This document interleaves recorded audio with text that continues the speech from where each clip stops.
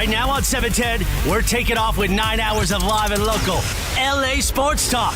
The home of the 9-hour LA Sports Mega Block. Ladies and gentlemen, this is your captain speaking. We call it the LAX, LA Sports Mega Block. Of course, powered every day by LAX, Los Angeles International Airport, where change arrives daily. Let's get to it. Time to get in the air. We're taking off, LA. We have clearance, Clarence. Roger. What's our vector, Victor? Travis and Sliwa has clearance right now. Yeah! Buenos dias. Buenos dias. How you feeling today, Slee? Very soft claps today. You're not feeling it? Very soft claps. What's going on? You all right? That's it. Just very That's quiet. it? Yeah, very Come on. quiet ones. Let's go. Golf clapping. Very, very quiet ones. You just watched somebody make a bogey? What happened? That was very unenthusiastic. What? Do you remember when we were excited about the Lakers? Remember there was like a moment there where we were excited about the upcoming season? Sure. Do you remember when Feels different and all that. this year feels different. Yeah, do you remember when it was like, hey, the squad that got to the Western Conference Finals, hey, get ready for what's coming next. Added some nice names. Got some good names, Re-signed re-signed some important players. Banner number 18. Remember that? Yeah, I do. What Yes. happened to that? Is that Well, that's a very good question. Nothing good so far. did the Rockets become the 96 Bulls? How many did or- Drexler have last night? Hakeem was amazing last night. Yao, I think, was very effective. Tracy McGrady, you can't stop. Right. You can't stop. Yeah, I mean, it wasn't great last night, Slee. I think when you ask how you feeling, and most mornings I want to tell you that I'm feeling great, Trav. You're not? I want to tell you that I'm feeling really good. I cannot tell you how uninspiring it is to watch Lakers basketball right now. I got to be honest, and I hate to kind of say that, but just think about this for a second. It only took a couple of weeks to say, what the hell am I watching here? They lost. They were down by 35 Yeah, they got yesterday killed last against night. the Rockets. The Rockets, not Denver, not the Boston. Bucks, not Boston, any of these other teams. Man, this has been so bad to watch, and I definitely don't think I'm the only one feeling this way. I'm sure you're watching games saying, yeah, it looks a little bit different than what I thought it was going to be. And for all those that want to say, yeah. and for all those that want to have a little bit of the, well, Lakers are injured. They are. Absolutely they are. Anthony Davis didn't play yesterday. That was the 8th game. They've got blown out in plenty of other games before yesterday's game. AD was in some of these other games. It's just a really weird 2 weeks of Lakers basketball, and I don't know what your radar looks like, but I was not expecting for it to be this bad. Let's put it that way. There are two ways to look. Okay, I'll give you an option, right? We can do a little choose your own adventure. Yeah, if you're a person of a certain age, you remember those books that you got to. Hey, if you want to go out in outer space, go to page 43. If you want to go back in time, go to page 37. There were those books. You want optimistic, or do you want? No. Uh-oh. I want no optimistic. Okay. I want. You want regular, Travis. You want me to? I want you to You want to just be tell me how I yourself. feel? Yeah. Okay. All right. just want you to be you. Fair enough. Fair enough. That's funny. There are a lot of red flags. There are a lot of red flags on this team. The optimism, and it was literally going to be one thing. The optimism is it's only 8 games, so chill out. Yeah, that it's November. That's 9th. that's the list of and LeBron's played really well for the most part. So those are two things. Can I also make that? We'll get to that. I could also make that actually. That's also a pessimistic red thing, flag. yeah. Here are the red flags for this team, and there are many. I'm going to take a deep breath before I start. They are the worst 3-point shooting team so far this season. They have been outshot behind the 3-point line in all 8 games that they've played so far this season. That's a record to start an NBA season. It's happened 8 times in a row. Yep. They are a minus 74 in the first quarter. That is an all-time record through the first 8 games. The other worst margin ever. through 8 games in NBA history. NBA history. The minus 74, other teams that have been on that pace or at least in that neighborhood, you're talking about a Knicks team from about 10 years ago. You're talking about a Wizards team from about 25 years ago, and I believe a Portland team from a few years ago. None of them won more than 32 games. Through 8 games, by the way. This is not like over the course of a season. Through 8 games. Austin Reeves does not look like Austin Reeves. That does not look good at all. LeBron James has played heavy minutes and played really well, and you're not winning. The effort has already been questioned by the head coach. These are red flags that are all over the place. These are not just – if it were any one of those things, you go, it's 8 games. Even if it were 2 of those things, you might be able to go, yeah, it's not great, but it's only 8 games. That's 1, 2, 3, 4, 5, 6 different things through 8 games that make you go, wait, hold on a second, what? That's a lot of red flags 8 games into the season. Read a quote yesterday from LeBron. I mean, we can't build cohesion if we don't have our unit. It's that simple. It's just we're very depleted on the injury side. You play the Orlando Magic on Saturday. You had most of your guys. Anthony Davis was there. You still lost by 20. 6 of the first 8 games, most of those games you had. Listen, I understand. Yeah, there's Gabe Vincent's not there. Fine. Jared Vanderbilt's not there. Fine. You got some role players that have been missing. Rui missed a lot of time. Rui missed 4 times with the concussion protocol. You're down double digits in basically every game that you play. I think the one thing you said about Darvin Ham, we'll stay on Darvin Ham for a second. He said on Saturday, I can't rebound for these guys. They got to go out and get the rebound. It's all about effort. It's this. Okay, well, they also got killed in second chance points last night. They've been killed in second half champ all season long. Okay, well, let's turn to Darvin Ham for a quick second. Well, what is your responsibilities? Because your responsibilities, part of that is getting your guys ready for these games. You got something there for Darvin? This is what Darvin had to say after the game last night, talking about that speed, talking about that urgency. I mean, no one comes in, wanting to be flat or a step slow or whatnot. Our guys came in to compete. They had it going a little bit early. Couple miscues, wasn't really good on the ball defensively. Our off-ball defense, needed to be better. But at the end of the day, it's tough. We're juggling different circumstances, guys being in and out of the lineup. But at the end of the day, no one's going to feel sorry for you, especially when you're a Los Angeles Laker.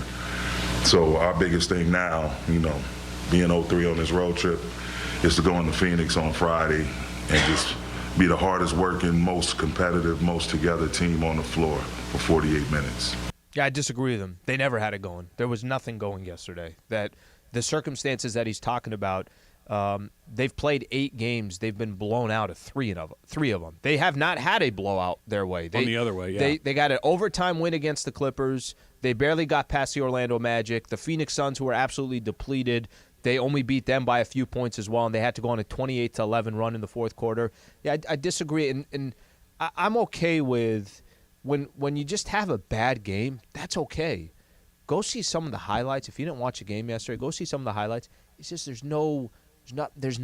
Like there's no fight. There's just nothing there that you could look at and say, okay, well at least I could respect the way the Lakers are playing. The first 8 games of the season, none of them have been particularly fun to watch. None of them have been like, as far as, hey, that looks really sharp and crisp and good and just exciting NBA basketball. It's kind of a slog. They'll win some games, but they're kind of rock fights along the way. There's nothing that looks, oh, there it is. More of that looks particularly sustainable. That, in fact, the opposite, that the sustainability of some of this is you are getting out-rebounded. You are getting murdered in second-chance points. You are giving up a high percentage of threes and not making a high percentage of threes. These are kind of systemic problems that they've had so far, and then you combine it with the other things that we're talking about, like effort, like Austin Reeves not looking like the player he looked like a year ago, like missing some of these other guys along the way, like getting off to a bad start every single night. I mean, they're minus 74 in the first quarter.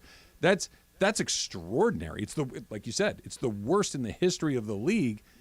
And we're getting it's 8 games, but I would imagine that the way you're feeling, the way that Laker fans are probably feeling, 877-710 ESPN, is, okay, I'm not jumping up and down on the panic button, but this is not what we thought we were going to get coming into the season. This was supposed to be a much smoother launch into a season than what we saw a year ago. And quite frankly, it's different for different reasons, but the basketball hasn't been great. I think that's the main thing is you're watching Lakers basketball. You had a vision in your mind coming into the year, and then you watched 8 games, and you're saying to yourself, this is the product? No, come on, this isn't the product, right? Okay, it's only been a couple of games. Okay, now they're going to go on a 4-game road trip. Let's see how they are on the road. Very winnable games. You got Orlando, you got Houston, you got Miami, who was struggling. You lose all 3 of those games, 2 of those games by double digits, not even double digits. Orlando, you lost by 19. Yesterday, you lost by 34. Are the Houston Rockets 34 points better than the Los Angeles Lakers without Anthony they were Davis? last Maybe. Night. They were last night. We'll find out in a week when they're here at Crypto. But I think you have your expectations first of what you're expecting to watch, and then what you've been. It's like you go to a restaurant and somebody's telling you, hey, this restaurant's really good. You're going to really like this food. They take forever to just come. Your drinks are wrong. The food is just awful. Cold. The first time, the food is cold. It's like somebody told me this food's going to be awesome. This restaurant's going to be great. This is an awful experience, and I've only been there for an hour. You know what upset me the most about that? They got the drink wrong. Like the food. They being didn't even cold, bring out the drinks. That is better than getting it wrong, frankly. Like if I ordered a martini and you brought me a Jack and Coke? Yeah, you brought me a Corona. I'd be like, what's going on? Remember? Oh, this one's too yellow. I need it to be more orange. Remember that? Yeah, exactly. I forgot about that. Yeah, that was key. The color of his old fashioned was off. You didn't like it? Well, he didn't even try yellow. it. The color was wrong. It was yellow. It was. He's like, it's supposed to be orange, man. Take it But back. you can also tell if it's a bad drink by the color. Unless the lighting in the room is weird, and then I think that's. I would the still try situation. it. I would at least try it and then Like if determine my whether vodka it's good or not. cranberry was not red Well, enough, if it was I'm like, that's- green, sure, but if it were a slightly different shade of pink, you might be. I'm gonna at least give it a sip. Yeah. I'm trying it. Restaurant sucks. Adele came here? Really? Vodka cranberry is a fantastic choice, by the way. Yeah. It's one of the all-time great choices. No, look, they have a lot of problems. Are they fixable? I think so. Yeah. There's also one other thing that we really haven't touched on that I want to get into when we come back next, because I think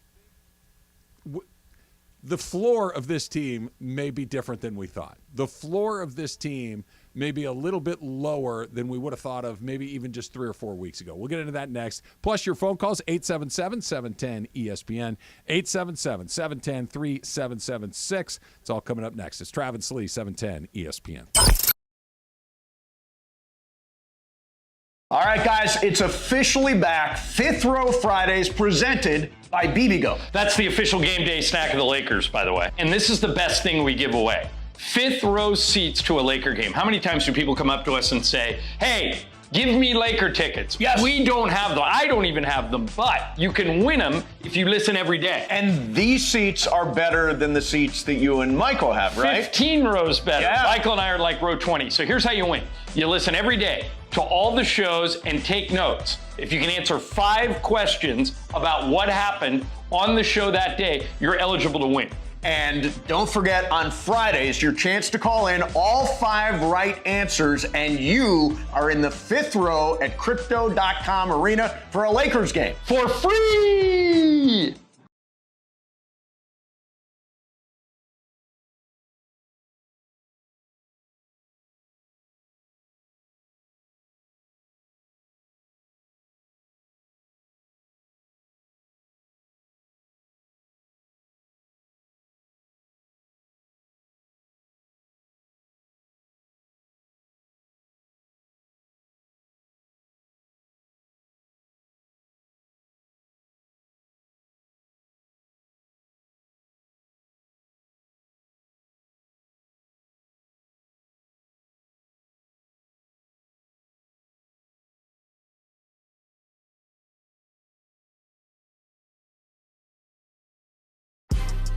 Big news, Laker fans. John Ireland here. You can now stream every Lakers game on the ESPN LA app.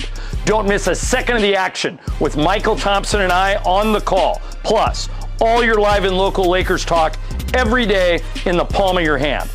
You're one tap away from everything Lakers. You could even win Lakers tickets. Download the ESPN LA app. And bam! Download the ESPN LA app at the App Store and Google Play.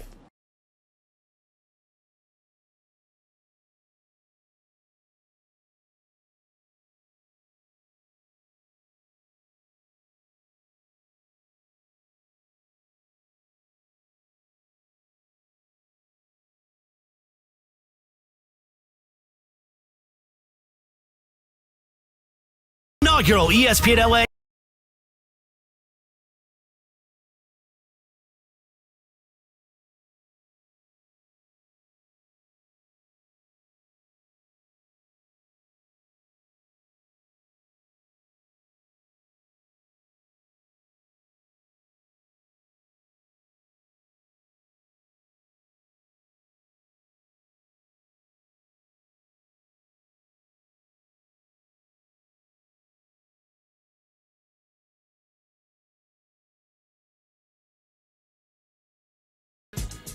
All right, tomorrow is the day for the inaugural ESPN LA Veterans Day Golf Tournament at the Black Gold Golf Club in Yorba Linda, presented by Subaru. Love, it's what makes Subaru a Subaru. Come on out, party with Cappy, producer Lindsay, corporate Greg, and Chris Morales as they broadcast live from the 18th hole balcony from 1 to 5:30. They're going to be holding it down. Food, drinks, giveaways, and more tomorrow starting at 1 p.m. at Black Gold Golf Club in Yorba Linda. Em, you going to swing through and get that water? Of course. Great Ralph's, water. yeah, Always Ralph's go to Ralph's is- for water. If you're going to get water, you go to Ralph's. I go to Everybody Ralph's, knows that. yeah. Everybody knows. I don't have a Ralph's next to me. I go 18 miles just to get the water, come right back. Emily, I don't know if this is something that you will appreciate or not, but so I was going to go for a walk yesterday, and I'm getting ready to leave, and I have just my phone in my hand, right? I'm no AirPods or anything like that because I'm like, I'm going to go be with my own thoughts for 45 minutes or an hour. This was before the Lakers game? This was before the Lakers game. I needed that. Yeah, and I doubled back in and went back in the house and got my earpods to listen to something. Does that mean am I making progress? Yeah, sure. Yeah, I think it's a good thing to, you don't need it silence all the time. You don't need to be alone with your thoughts all the time. Yeah, I think that what's going on in there right now, I don't need to listen to. I decided to drown it out with some podcasts. Those are the best walks. Call me old school, but I still have You my still got the wired ones? Yeah.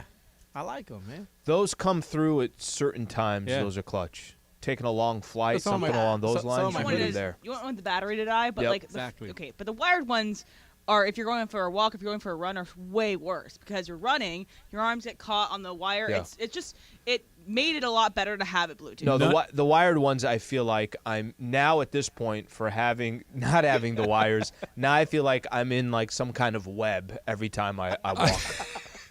I must have weird ear holes because neither the wired ones nor the Bluetooth ones Fit in there? stay in my ear. I take one step and they fall out. If I try to run, they're in the bushes. Like I have no chance. Really? They pop. I can't. Every 10 steps, I'm jamming them back into my ears. Even What's just your ear hole walking. situation? I don't know. You tell me. What do they look like? You just need a round one, Yeah, I think. Jorge, you get to see the side of my Yeah. head. How do I look? Do I have weird ear holes? Something going They on look there, pretty man. normal to me. I need the only ones that work for me are the ones I have a Bluetooth Oh, they pair go over the- that go over my ear and around the back of my neck. I look like a Star Trek character. The ear hugger ones, yeah. Yeah, Yep. I need those. I That's have the only those thing too. that They don't works. fall. They don't. That's all that I'm matters. deformed is basically what we're getting at. I can't. I have no ear hole to speak of it. Let's try a quick focal here. Talking about the Lakers and them getting run over last night and all red flag. I want to read this to you real quick. So if you're on hold, stay there. We're going to get to you in just 1 second. Yeah. This is a stat that I think is interesting. I don't know if it's the end all be all, but I think it's interesting. ESPN put this up last night. The worst point differential in the first quarter through 8 games in NBA history. Okay, so that's a pretty specific period of time. Yeah. First 8 games, worst point differentials. Basically, after the first 12 minutes, you're looking up at you're basically Right. saying to yourself, okay, we need the rest of the game to just try to make this a game. The Lakers are a minus 74. That's the worst ever. The next closest are the Knicks from 14 years ago at 71. The next are the Blazers from about 18 years ago at 70. And then 24 years ago, the Washington Wizards were also at negative 70. Okay? That's interesting. The Lakers are at the top of that list. What do those other 3 teams have in common? The 09 Knicks, the 06 Blazers, and the 99 Wiz. None of them won more than 32 games. Wow. They're all bad teams. 32 wins is a bad team. That's an awful team. That's a bad team. Lakers aren't a 32-win team, are they? Because I asked you guys that No, this I don't morning. think they are. I don't Yeah. think so either. Yeah. I don't think they're a 32-win team. But we all, I think, kind of thought this was probably a 47, 48, 49, maybe even a 50-win team coming into the season. Somewhere in that neighborhood. So if it's not 32, which the math is saying that's what they're trending towards, is it 39? Is it 40? Is this a 500 team? I don't think any of us thought it was a 500 team coming into the season. No. But these numbers are telling you that not only are they not a 500 team, they're a legitimately bad team. No one of these teams won more than 32 games. That's a lot, or not a lot. Just staying with the first quarter, can we try to kind of, like, why would they be that bad to start a game? And please, the whole Anthony Davis was out yesterday. That has nothing I to get do that. with It's it. Are nothing- people saying that? I think There's explanations. Like you can say, but the because Anthony, of that. sure, last night, but Anthony Davis I has thought played in every game. I thought LeBron's quotes from yesterday. I thought Darvin's quotes. You're talking not about the players specifically. and I'm talking about team. the team, Gotcha, right? Gotcha. That I don't have an assessment.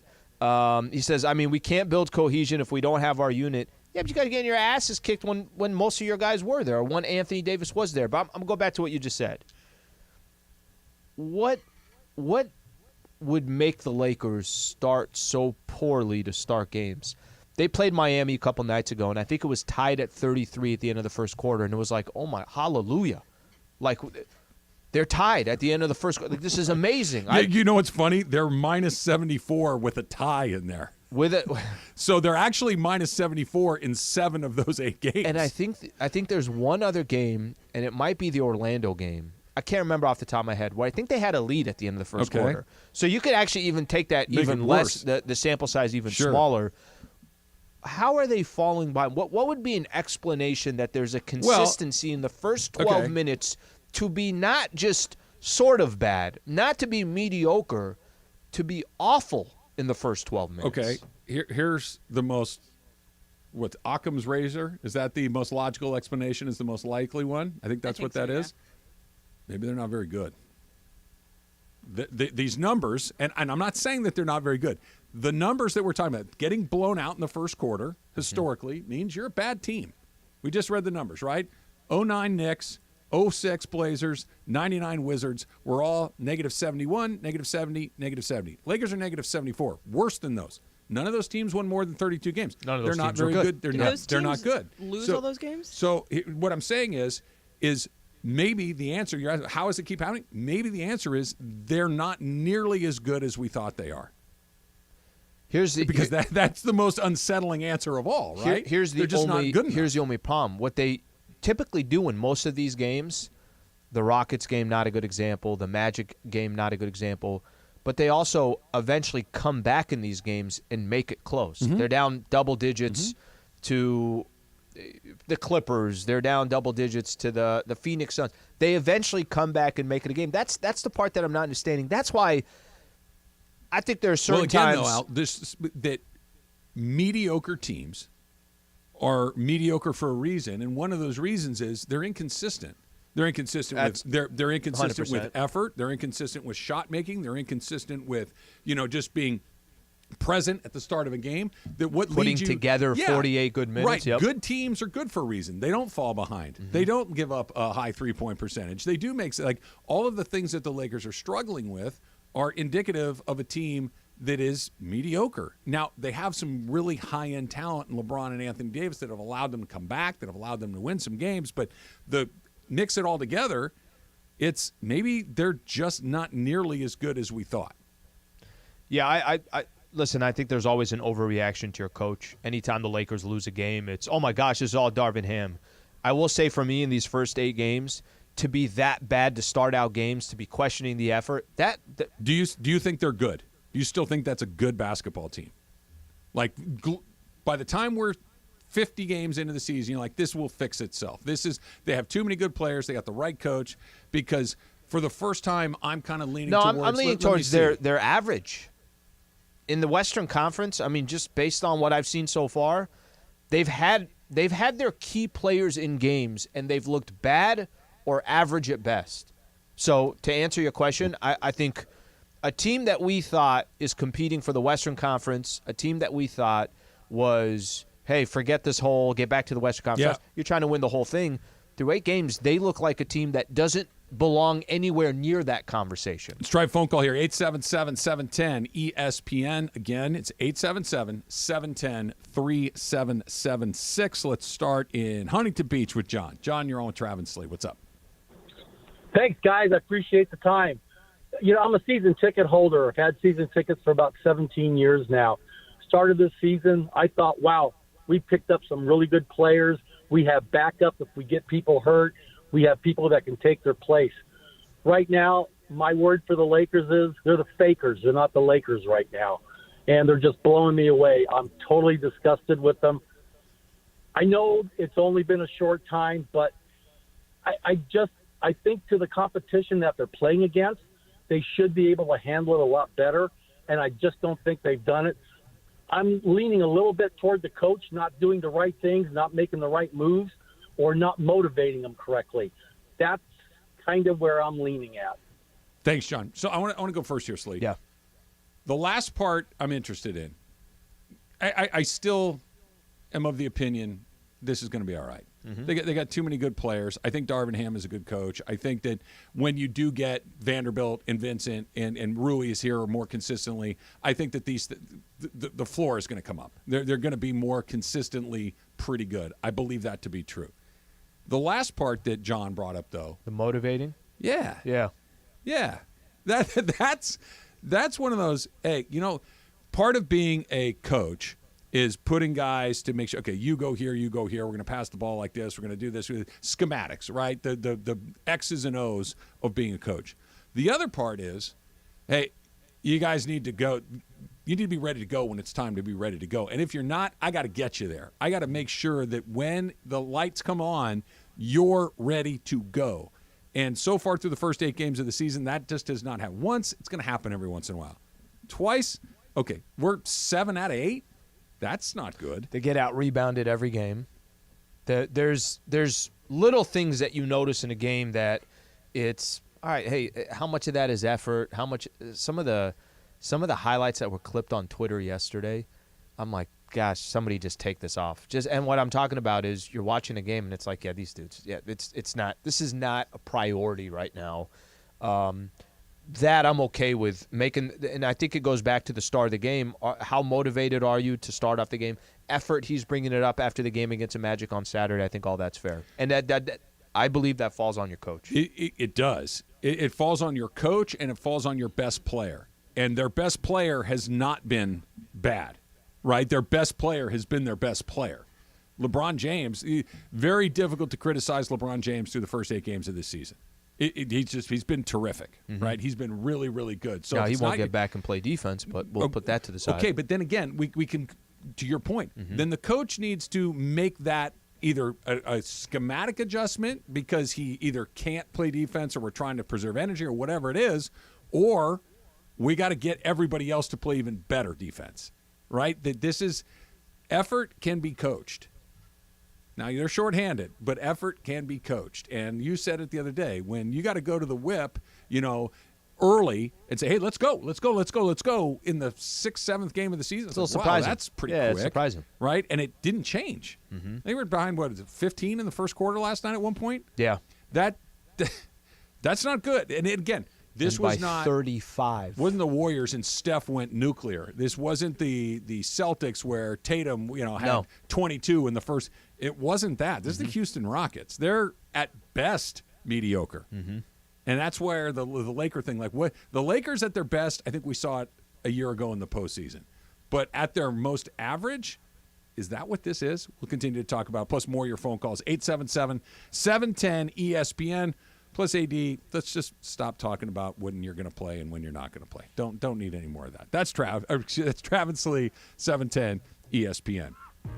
Big news, Al. Next Gen is the official AC heat and plumbing company of SoCal sports fans. Next Gen, they're the best, the absolute best. And it's not just the 5-star reviews that are online, thousands of them. Had them come out to the house. Had them give me that AC heat and safety inspection. 28-point full heat and safety AC inspection, just $44. That's right, only $44 to ensure that your system stays running strong all year long, and they'll even throw in a free air filter at no charge. And if you're sick of dealing with a slow drain, how about drain cleaning with camera inspection? How much? $44. Just call 833-3-NEXTGEN and say goodbye to your AC heating or plumbing problems. And NextGen is the only name you need to remember for a safe, comfy home. And if you've got concerns about air quality in your home or you have allergy problems, call NextGen as well and breathe easy with indoor air solutions to fit any budget. Call 833-3-NEXTGEN. That's 833-3-NEXGEN or visit nextgenairandplumbing.com to schedule online. The return of $1 Million Mondays. $1 Million Mondays. Your chance to win $1 million from 710 ESPN. Listen every Monday this football season for your chance at $1 million. $1 Million Mondays presented by Hollywood Park Casino. Eat, drink, play. Listen every Monday to 7:10 ESPN. When you hear the cue to call, be caller number 7. Give us your Super Bowl prediction, both teams and the final score, and you could be winning $1 million this football season on LA's $1 Million Mega Sports Station, 710 ESPN.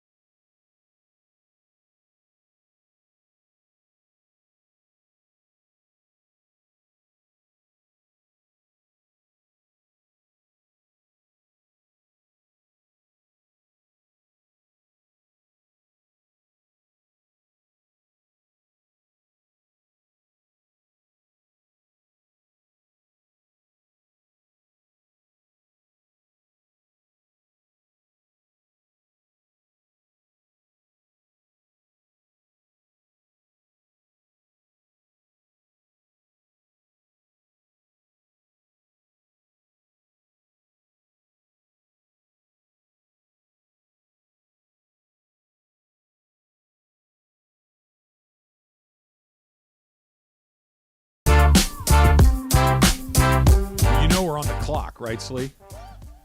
The Yes. Ohtani clock. Yeah. Could happen at any moment. Any moment. Right? Winter meetings going on in Arizona. Yep. And, guys can sign. Can happen whenever they want to have it happen. Happen at 10:35. It could. It could also happen Christmas. in a month. Or two. Yeah, I mean, he doesn't have to do it anytime soon. Yeah. There's probably 10 or 12 teams that are like, dude, look, we want you, but if in the event that you're not, can you just let us know that that's not happening? Yeah, just Because give us a heads up. we're going to go parcel out some of this money other places. Pretty sure Ohtani will not be calling back whatever's on his voicemail, saying, "Hey, gotta call from the Mariners." It's my favorite thing. Put that on no my one to-do knows. list. It's terrific. All right, so back to the Lakers. They get blown out last night. Mm-hmm. They have not won a game on the road. Now, you could argue they haven't lost a game at crypto, which I guess is good news, a silver lining situation. They haven't looked good. They don't defend the three well. They don't shoot the three well. They get out-rebounded. They get smoked in the first quarter. Austin Reeves has really struggled. Darvin has seemed to be unable to light a fire under them so far through the first 8 games of the season. They get 0 50-50 balls. They get 0 50-50 balls, out-rebounded by a wide margin, second chance points by a wide margin. All those effort things that we talked about, they're losing those battles.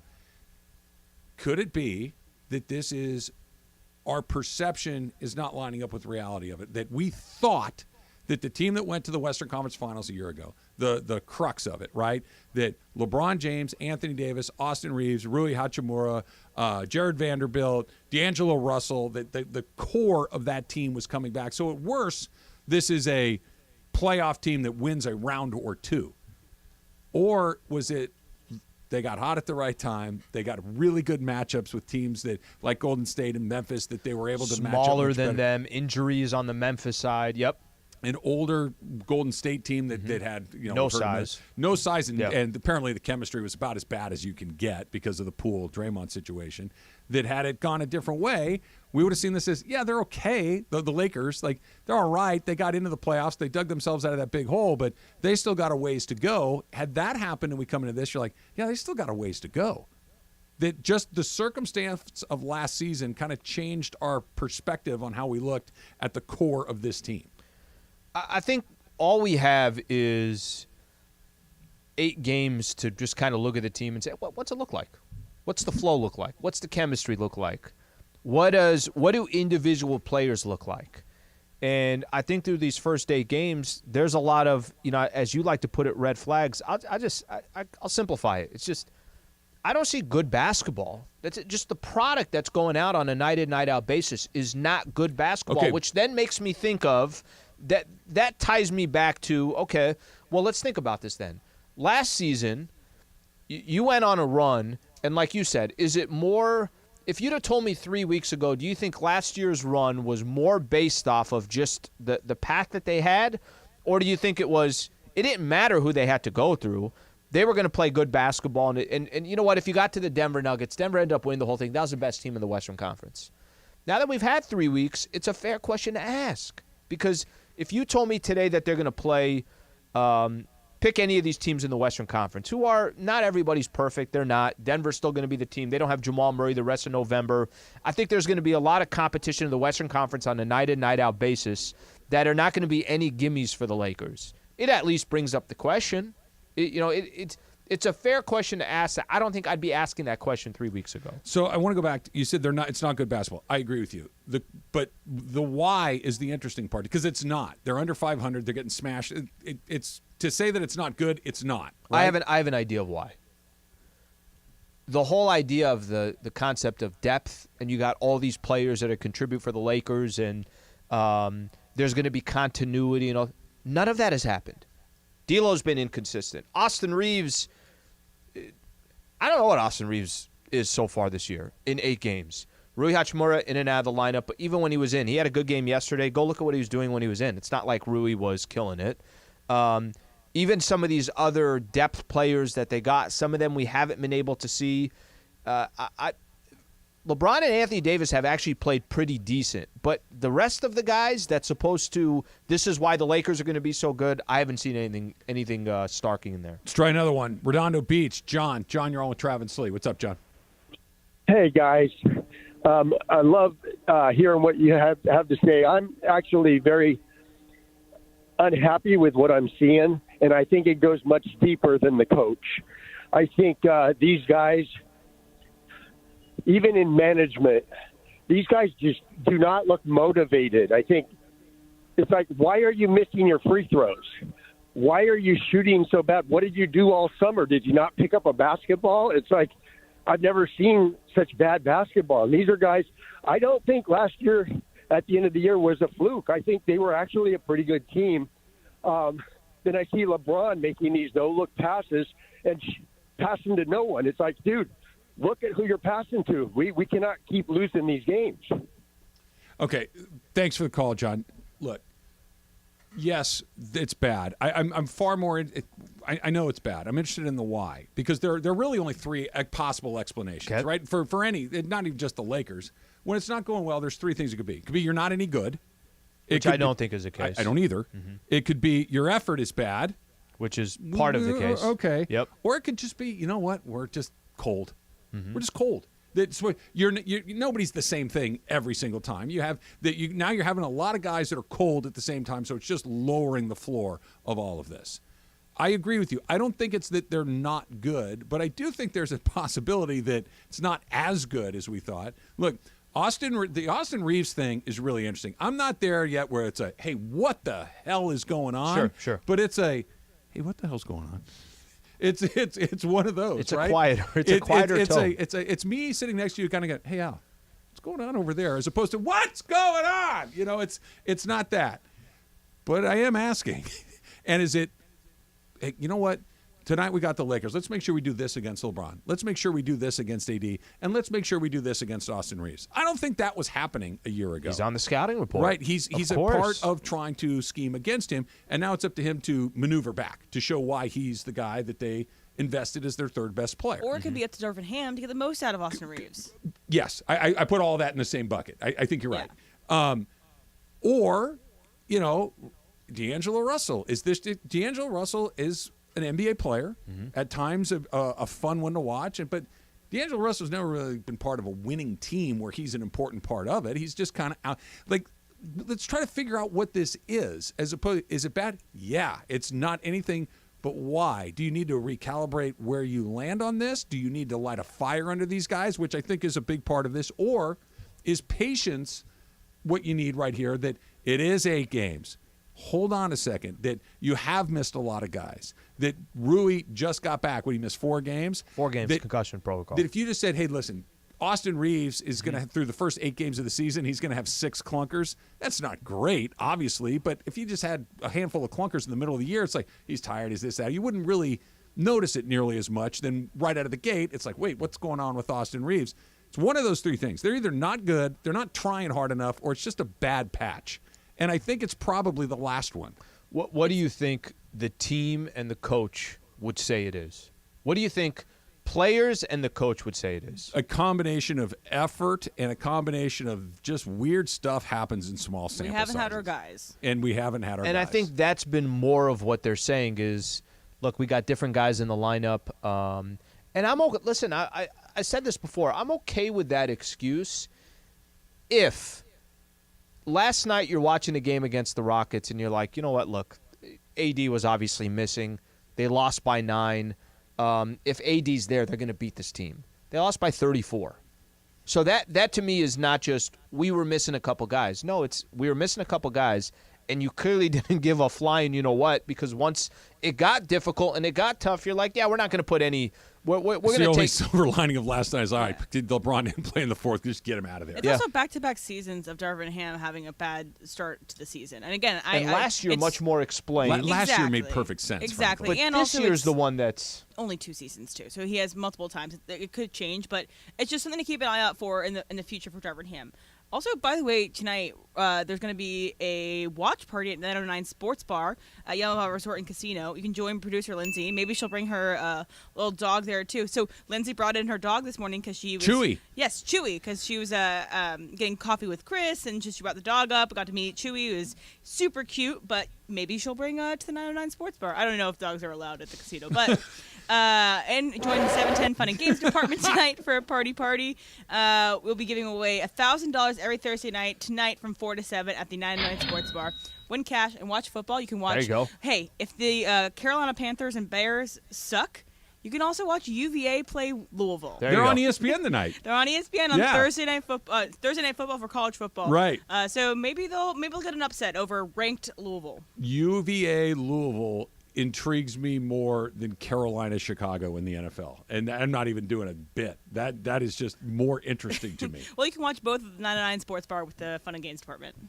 If you are ever looking for a true crime podcast recommendation, producer Lindsay is your go-to person. Yeah, she and I really got into it the other day talking. He's the Adam Schefter of true crime podcasts. She goes, you'll like this one. I'm hooked instantly. So I'm anxiously awaiting. You're telling me about it. It's walking down to the car. Yeah. This goes with like some guy was pretending to be like a secret agent and murdered his wife and blamed it on the crazy brother. It's terrific.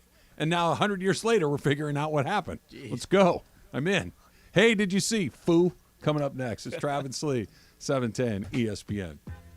Hey, if you get hurt in an accident, call Sweet James. Really.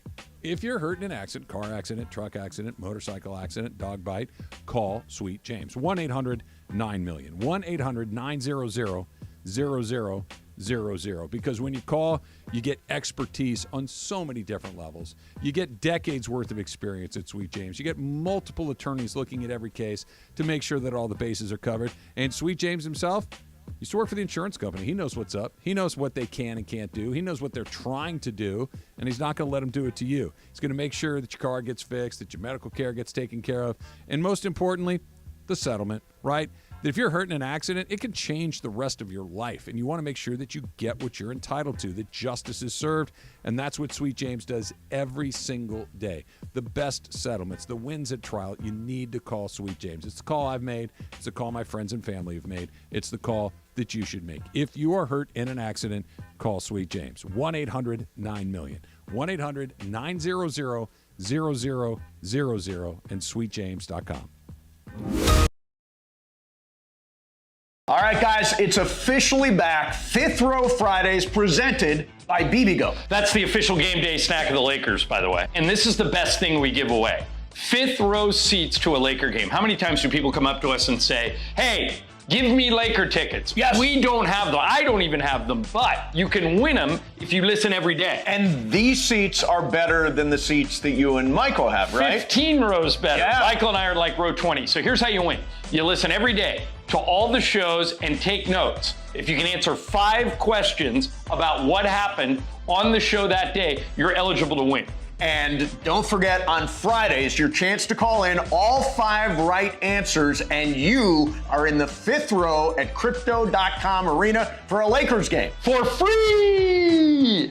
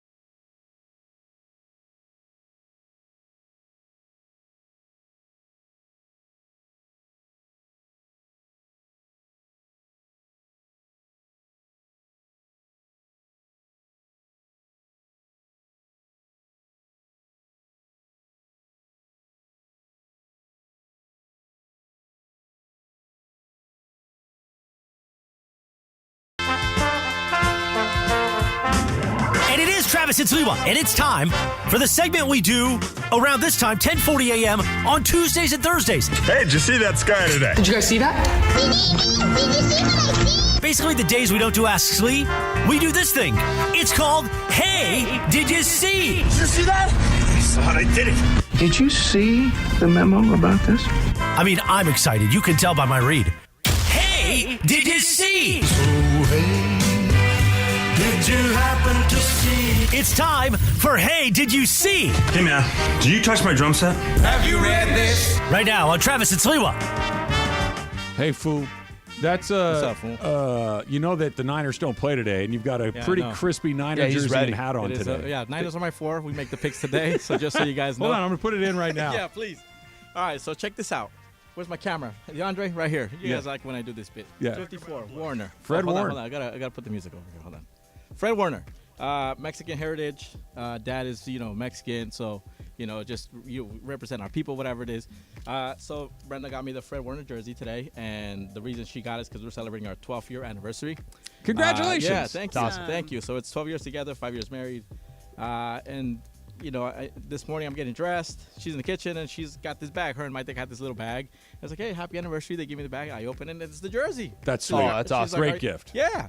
I'm like, are you going to wear it today? I'm like, absolutely. I threw it on this morning. I'm like, this fits great. It's crispy, like we like to say. Will you understand when I tell you that I simultaneously think that that's a great gift, and I love that your wife and your beautiful daughter gave it to you, and I also hate it? Does that make The sense to Niners you? jersey? Yeah. Makes perfect sense. So it got me thinking, all these anniversaries have names to them. Yeah. So the 12th anniversary is the silk. Okay. Silk anniversary. The first one, I guess the first year is called the paper. Second year is cotton. Third year is leather. So the 10th one is tin. 12 Ooh. is silk. What was your anniversary? 26? We had 26 most recently. So the 25th is silver. 30th is pearl. 35th is coral. 40th is ruby. 45th sapphire. And if you make it all the way to 80, you're an oak. Oak. Is there a 26? I didn't know there was 26 names there- for. I know, me either. yeah. So it got me thinking. I'm like, hey, I'm going to bring this up today. Like, there's all these years that you celebrate your anniversary, I guess. It has a name to it. Yeah. And it gives you, like, the gift or whatever you got to give, Right. those people. So I guess for, like, the first year, you give them a clock. according Okay. to this website. For the 25th anniversary, anything silver, because it's your silver anniversary. I missed that. Yeah, for your 40th, anything with the ruby in it. It's just interesting. Like this is Is Susan into that stuff? She knows about it, but Okay. we don't observe, so to speak. Like Yeah. we're non-observant. Whatever else you want. So this may be either what happens or this is a huge red flag and we're headed towards doomsday. I don't know. We long ago stopped giving each other gifts. Even for your birthday, anything like that? Small things, bottle of wine, flowers, stuff like that. Like stuff I know that she's going to appreciate and she'll know that I appreciate. But I'm going to buy a big gift because of this, that, Christmas or an anniversary, and maybe it's the 25th. I should have done A new something. car! And we got you know what we got? We got a wine fridge for our 25th anniversary. That's right. Like seems that's like a what good we gift. did. It was, and we use it all the time. But neither one of us are really big into that. milestones. I don't think that's a bad thing. Now, if one of the partners, hey, I really want it, gifts is a big deal. As long as it's just more thoughtful, right? Like, it doesn't matter what the price of it is. Exactly. That's very thoughtful. That's something that she knew you would want. As long as it's not, well, you're getting this just because I know she wants jewelry, and if I don't get her something, like, you know what I mean? You feel the pressure to get something, so. We got each other refrigerators and ice makers. That's great. That's cool. But I think Maybe a the sign of a problem, too. As a single person, but I feel like I can imagine myself in a relationship. But the idea that Oh, yeah, I got you the bundle pack of paper towels from Costco. Hey, dude, please, anything. But I feel like the point of it is to just be reminded how thankful, how lucky you are, how much you love this person in whatever form that is that you do it. So if it's a trip, if it's a dinner, if it's some sort of quality time, whatever your best sharing of love with that person is the most important. It's time. It's time together.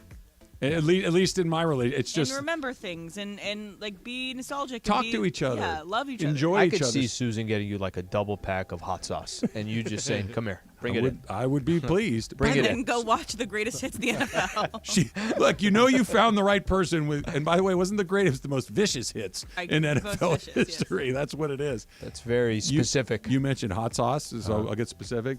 Jorge yesterday, bag of just plain nacho cheese Doritos. Was that Tapatio? Tapatio. Takes a bottle of Tapatio, shakes it in the bag, shakes it up. Yeah. Where's that been my whole life? No, Oh, man. that's been there. I learned a new thing. It's terrific. You do that on Cheetos, Cheeto Puffs. Man, it's Sold. delicious. Perfect. It's perfect snacking, beer, whatever.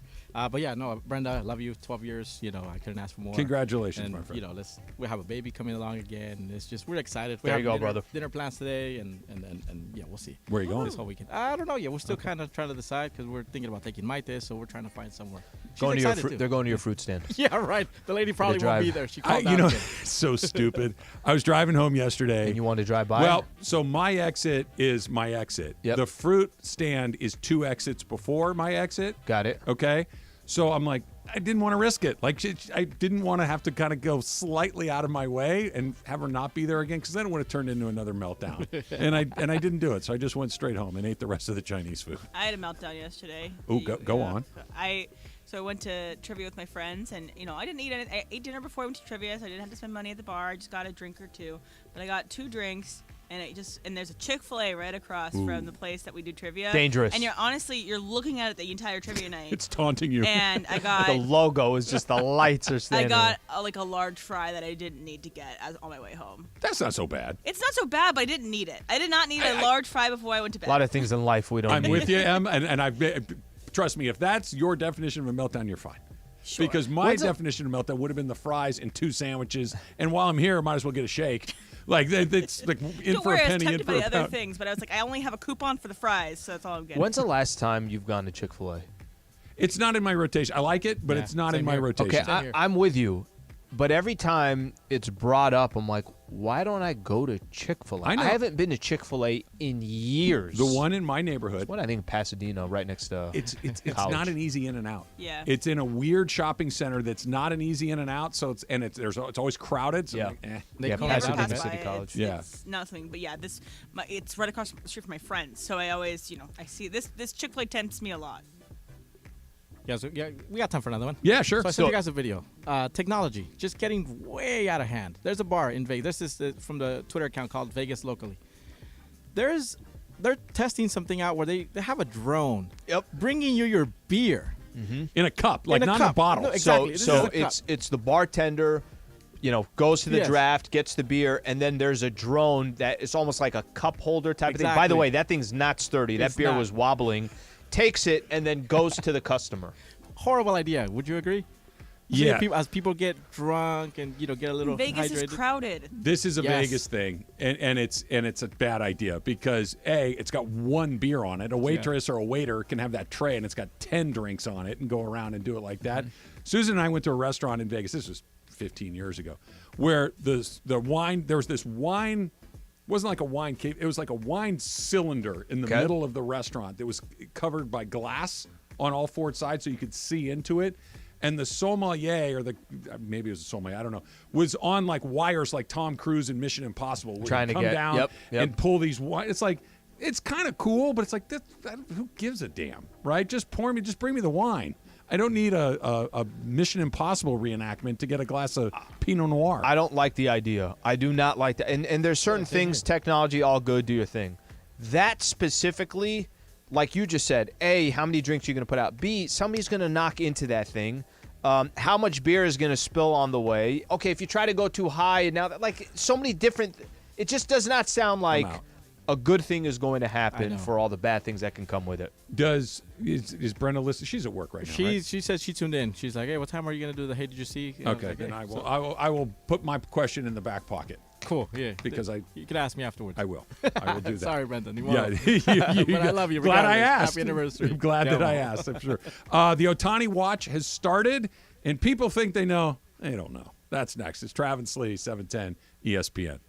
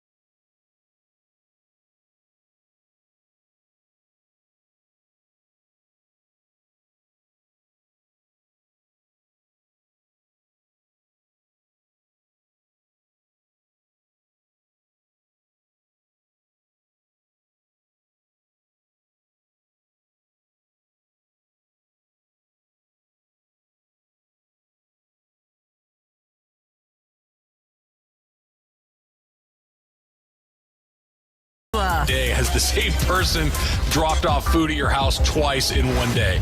I don't. Great question. Travis and Sliwa On 710 ESPN. So we got our NFL picks against the spread coming up either at 12 or 12:30. Still don't know. I think it's 1:45. 12:30. Jorge's What, got week his- 10? Got his Travis four. is week 10. Yeah, I do know. Look, it says week 10 right there. I know that. But there you go, Jorge. There you go. Thank you. The Niners are his 4. He's still got that. By the way, that's worked Living out pretty and well dying. for you. You got the lead at 53. The rest of us bunched together pretty tightly. Actually, we're all 4 of us bunched together. 53 for Jorge, 51 for me, 49 for Al, 45 for him.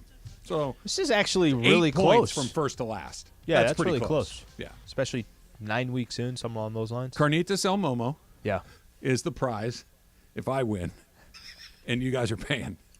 That whoever finishes first should get to choose location, and the other 3 split it evenly. I really that's thought what we already agreed on. Yes, I thought you were going to go. I'm just telling you where we're going if I win. I thought you were going to go Mastro's Seafood Tower or something like that. Look, I would like to, but I'm not that bad. I'm a bad guy, but I'm not that bad of a guy where I'm going to go eat $4,200 worth of crab legs. I'd like to.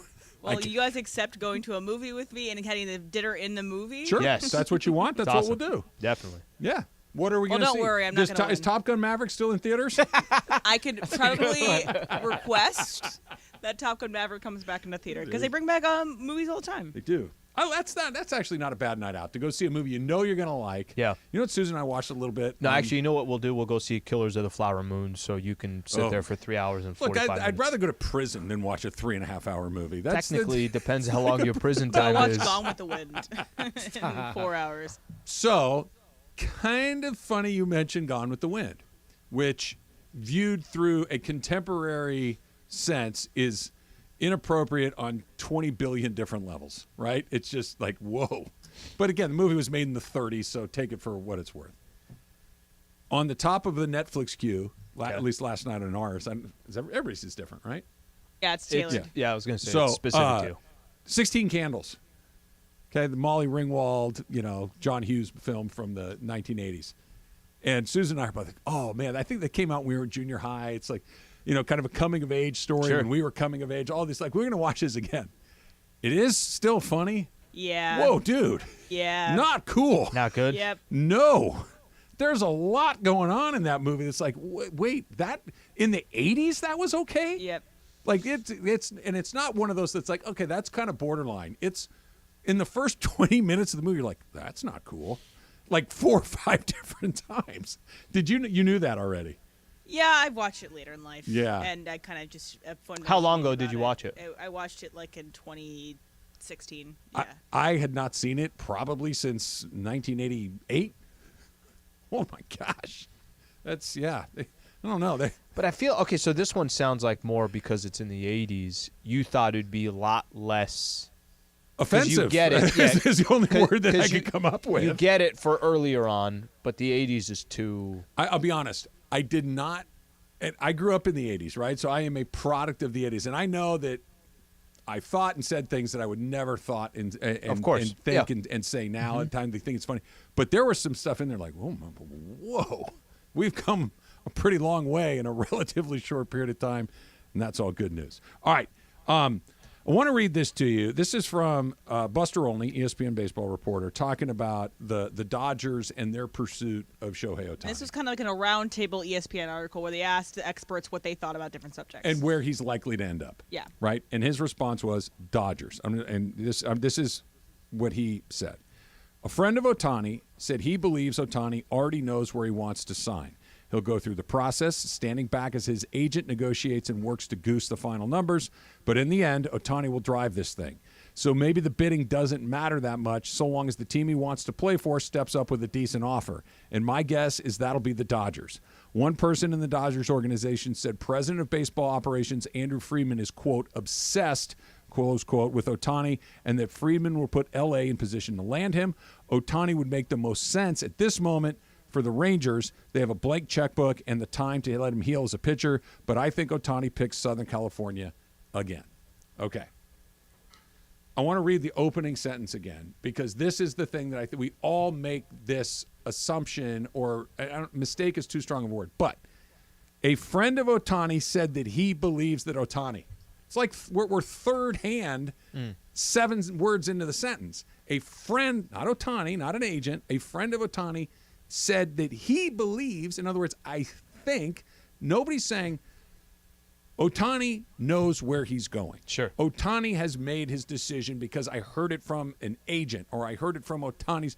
It's all, well, we think he's about this, and a friend of this person knows a person that thinks that it might be that. This is more of the same. And Buster Olney is about as plugged in as you're going to find.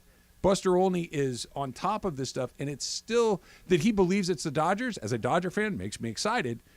But this doesn't lead me to believe that it's on the 1 yard line with the Dodgers just because a friend thinks Ohtani has already made up his mind.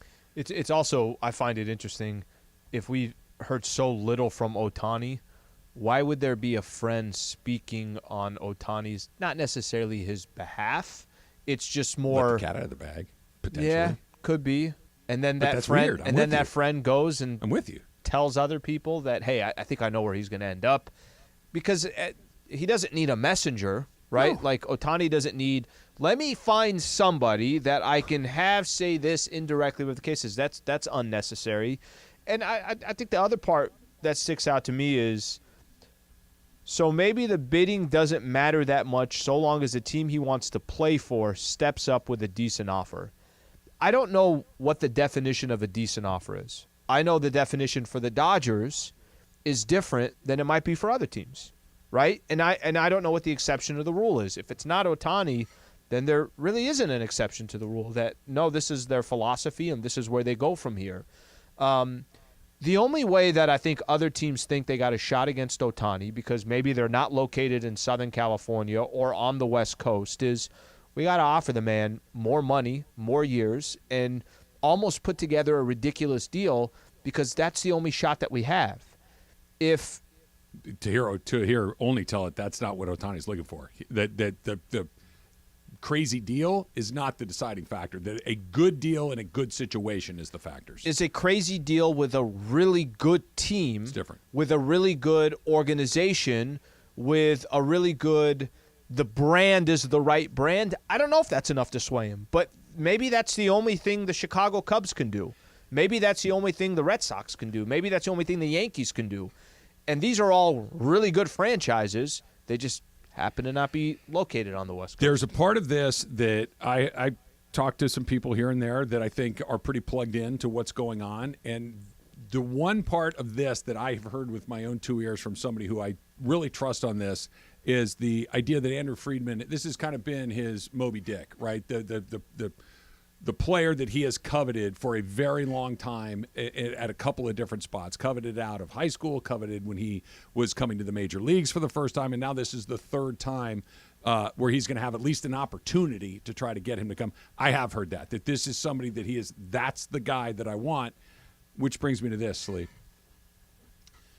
I'm not saying Andrew Friedman would have to do this, but what I would like to hear through channels, what I would like to hear through a Buster-only type. Sorry, Al. Ken Rosenthal. Sure. Yeah. So somebody like that says, I've spoken to somebody inside the Dodger organization, and they've made it very clear that they're not going to get beat on Ohtani because of economics. I would love to hear that, because they're still I'm a Dodger fan. In the back of my mind, there's that.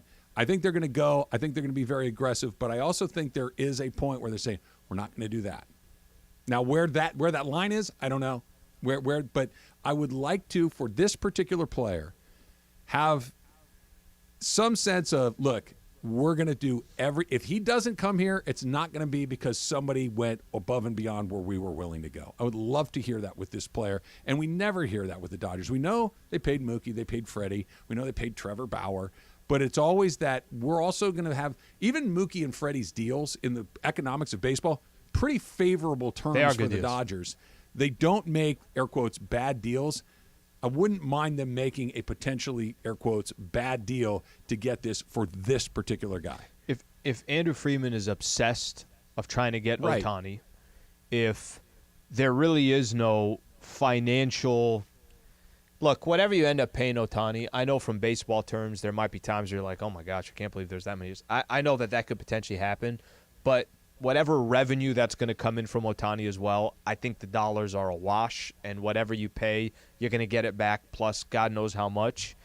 I don't want to say it sounds like it's Dodgers to lose, but doesn't it kind of sound like if everything that what he's looking for, plus staying on the West Coast, plus a great market, plus a franchise that you can look at and say, yeah, that's one of the few franchises – fits. It fits. Doesn't mean it happens, but it fits. That's the scary part, right? But as a Dodger fan, my great fear is they're close, but they don't do it. And I'll make up some numbers here.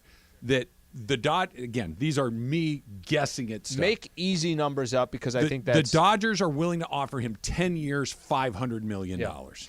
Okay, cool. The San Francisco Giants are offering 12 years at $600 million. Sure. That's oddly close, right? I know it's $100 million. I understand that. But you know what? I'll eat 2 more bad years to get this guy. I was willing to do 10. I've already bought a couple of bad years. I'll buy 2 more because I have to have this. It's exactly what the Dodgers don't do. It's exactly what they don't do. And it's literally the only shot some of these other teams have is to say, cool, what's the Dodgers offer? We got to offer a couple more years and $100 million on top of that. And the only way that the Dodgers coming out of that looking good is if the Ohtani thing goes the way that Pujols went, where the Cardinals got the very best out of him. The Angels came in off the top rope, gave him a 10-year deal. Yep. And with all due respect, they got nothing to show for it, right? They made the playoffs once. The team was bad frequently, and Albert Pujols never really connected with the Angel fans, never really connected with the Angel community, and really was a non – because Mike Trout showed up and instantly became the most popular player on the team, almost simultaneously. Yeah. That's how that happened. That if that happened with Ohtani somewhere else, you could go, woo, we dodged it. But what if what happens with Corey Seager happens? What if he goes to Seattle? What if he goes to San Francisco and bam, it hits? You win a I almost said Super Bowl. You win a World Series. And whatever's coming next with Corey Seager, I don't know, you don't know, Rangers don't know. But they got one. And they got an MVP candidate who played like one for a couple of seasons. And maybe what they've already gotten is worth what they're about to pay. Do you think there's a scenario where, let's use the same numbers that you just used. The Giants offered 12 years, $600. Dodgers offered 10 years, $500. That Ohtani says, I know where I want to be. I want to be with the Dodgers. I'm going to go 10 years, $500. Do you think there's a scenario like that? I do, but that's a pretty dangerous game to play that he just likes you a little better because it is $100 million, because it is 2 more years. And at this point, it's like if I'm going. Could it just be that I get it, and if I was doing this just for the money, maybe. And I think part of his track record, he hasn't technically. Couldn't he have made more money when he was younger by doing certain things? I think part of the conversation was when he came, and there were some scenarios laid out there. It wasn't just financial. No, he's never going to need to worry about money. But there is. I used to roll my eyes at it, but it makes more sense to me now. There is something about respect that is conveyed through money. That's not about the money. It's about respect. I'm willing to do whatever it takes. He's not. It's not just that I'm giving you $100 million, but I am more convinced that you're going to be an impact. That they're hedging their bets against you already. Sure. That there's something to that, I believe, and I would love to hear from the Dodgers, whether directly or indirectly. We're not going to lose out on that. We're going to lose out because he just wanted to go over there. You can't overcome that objection. You're saying say that now. Don't wait for anything. Let it be known. Just let it be known. Hey, look, we're not saying we're going to get him, but if we don't get him, it's not because we weren't willing to do whatever it takes. I would love to hear that. Tomorrow is the day for the inaugural ESPN LA Veterans Day Golf Tournament at Black Gold Golf Club in Yorba Linda, presented by Subaru. Love, it's what makes Subaru Subaru. Come out and party with Cappy, producer Lindsay, corporate Greg, and Chris Morales as they broadcast live from the 18th hole balcony from 1 to 5:30. Food, drinks, giveaways, and more tomorrow starting at 1 p.m.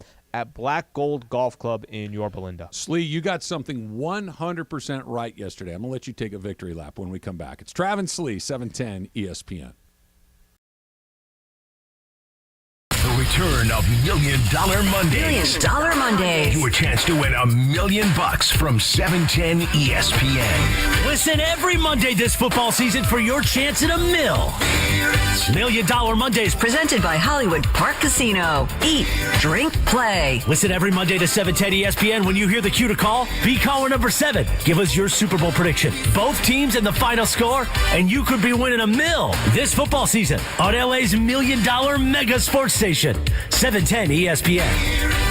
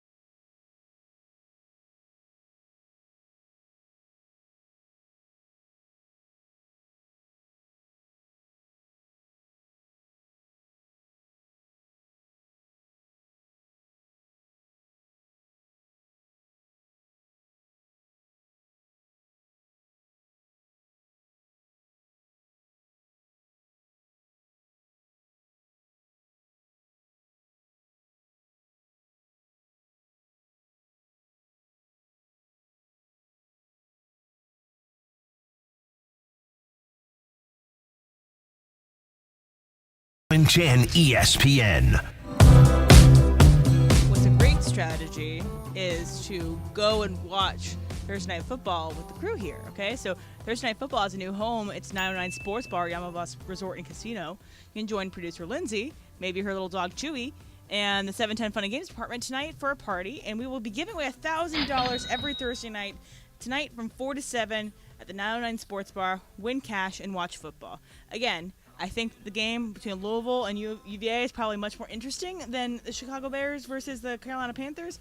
But, maybe you can watch both. That's why it's great, because the 909 Sports Bar has probably a bajillion TVs. They do have a bajillion TVs. Yeah, we were there for March Madness. Do you not remember what you watched on one of those TVs Perfect there? Yeah. I mean, I just didn't want. I just black out that whole day. I don't blame so you. actually, maybe honestly, watching UVA there is probably a bad idea. Oh, that's real. I didn't even put that together. You're right. Yeah. The UVA will be on. Well, maybe the they'll TVs. be the upsetter because they'll upset ranked Louisville. Louisville's ranked number 11. Furman? Yeah, it was Furman. Yeah, they were purple. That's Purple really people all. eaters or whatever they were. Yeah. That one guy, one of your guys that just hucked the ball in the air for no reason. That was that's the whole 8 the whole thing seconds about left. that is that it was Shohei Clark who. So again, I know you guys don't know the lore about UVA football. Oh, so Furman's on the TV too. Anyway, but Shohei Clark got them the national championship. He had this huck of a throw I remember to you saying that. Diakite, Yep. who and he got the shot to send him to overtime, which ended up winning the game. Whatever. And that Shohei Clark's very last play as a UVA Cavalier is to screw them, is poetic injustice, I believe. Anyway, go watch UVA at the 909 Sports Bar. They have Louisville. Louisville, yeah. Are you at Louisville, or Louisville? Louisville. Okay. Louisville. Louisville. Louisville. Louisville. Yeah. Louisville Slugger. Louisville. Yeah. It's But I just- say when I see the bat, the city, I'm going to go Louisville. But if I see the bat, it's a Louisville Slugger. There's no rhyme or reason to that. It doesn't make any sense at all. But the bat is I a just Louisville like the Slugger. lazy ways. The Louisville. No, that's not lazy. That's authentic. Louisville. It's like saying you don't say Melbourne, you say Melbourne. But Louisville is Savannah. as little effort as possible. Louisville. No, it's authentic. It's like you just got to It lean could be into the authentic, southernness but I'm of it. saying it's also very Let's try a lazy quick on call it. San here. Luis. Brandon in Laguna Niguel, of all places. My, oh, my. What's up, Brandon? What is up? I know, Trav, right down the street from you. He's like, your I have a few sprinklers are things. on. Did you go to the party? I did not, unfortunately, because I don't know where Trav lives. I'm not a creep like that. You know? But It's right by the moat. Yeah. hey, I'm right by the Chick-fil-A, Trav. If you know where that is, where the Costco is, that's where I'm at. But am I right? Right? That's it's not an easy place to get in and out of. No. See? But I got something for Lee because I watched your post game, didn't watch the Lakers game, so took your post game advice of good thing I didn't watch it because I don't even know what is happening with the Lakers right now. And I got to go back to that Heat game because I know we drew up the play for Cam Reddish to shoot a three, but we're down one. Why are we trying to shoot a three with a non-3-point shooter? It just blows my mind. But another thing for you, Trav, as far as baseball, I know I'm going to ramble here with three things. I think the Ron Washington hire is great. I don't know why Perry didn't do it last year, coming from Atlanta, keeping things, somewhat in like a system that they both are familiar with. I think Ron Washington is great at developing guys. You're seeing posts right now from infielders from the Braves saying how Wash was their guy, really drilling the basic fundamentals, which I feel like the Angels have not had season after season after season. So I'm looking forward to that. And then last one for you, Trav, favorite golf course in our area. And that's all I got. Arroyo Trabuco. It's where I play. Hey, it's beautiful. Yeah, far. That's 85% of my your rounds of go-to? golf are there. Yeah, that's where I go. They got And that then you're good going to bar. run into Brandon there. I run into a lot of people there. I run into our friend Mark Rogandino was out there a lot. We run into him. Very quickly on Ron Washington, we'll spend a little more time on this coming up a little bit later. Yeah. Ron Washington might be the most popular coach/manager in baseball. Maybe Dusty Baker would But rival it? he's right up there with him. He is wildly popular among his players and baseball people, like media, executives. Everybody loves Ron Washington. He is universally liked. I don't think it's going to make one damn bit of difference. And it has nothing to do with Ron Washington. Nothing. Yep. Ron Washington had success. He took the Mariners or the Rangers to the World Series a couple of times. This is their fourth manager in 6 years. They've made the playoffs once with Mike Trout and 0 times with Shohei Ohtani. This is not a managerial issue. Anybody think Joe Madden was a bad manager? It didn't work. Anybody think Mike Scioscia was a bad manager? Didn't really work once certain ownership came in. Brad Ausmus was there for 1 year before they blew him out. Phil Nevin was there for a year and a half before they blew him out. This has nothing to do with Ron Washington. This has everything to do with the Angels.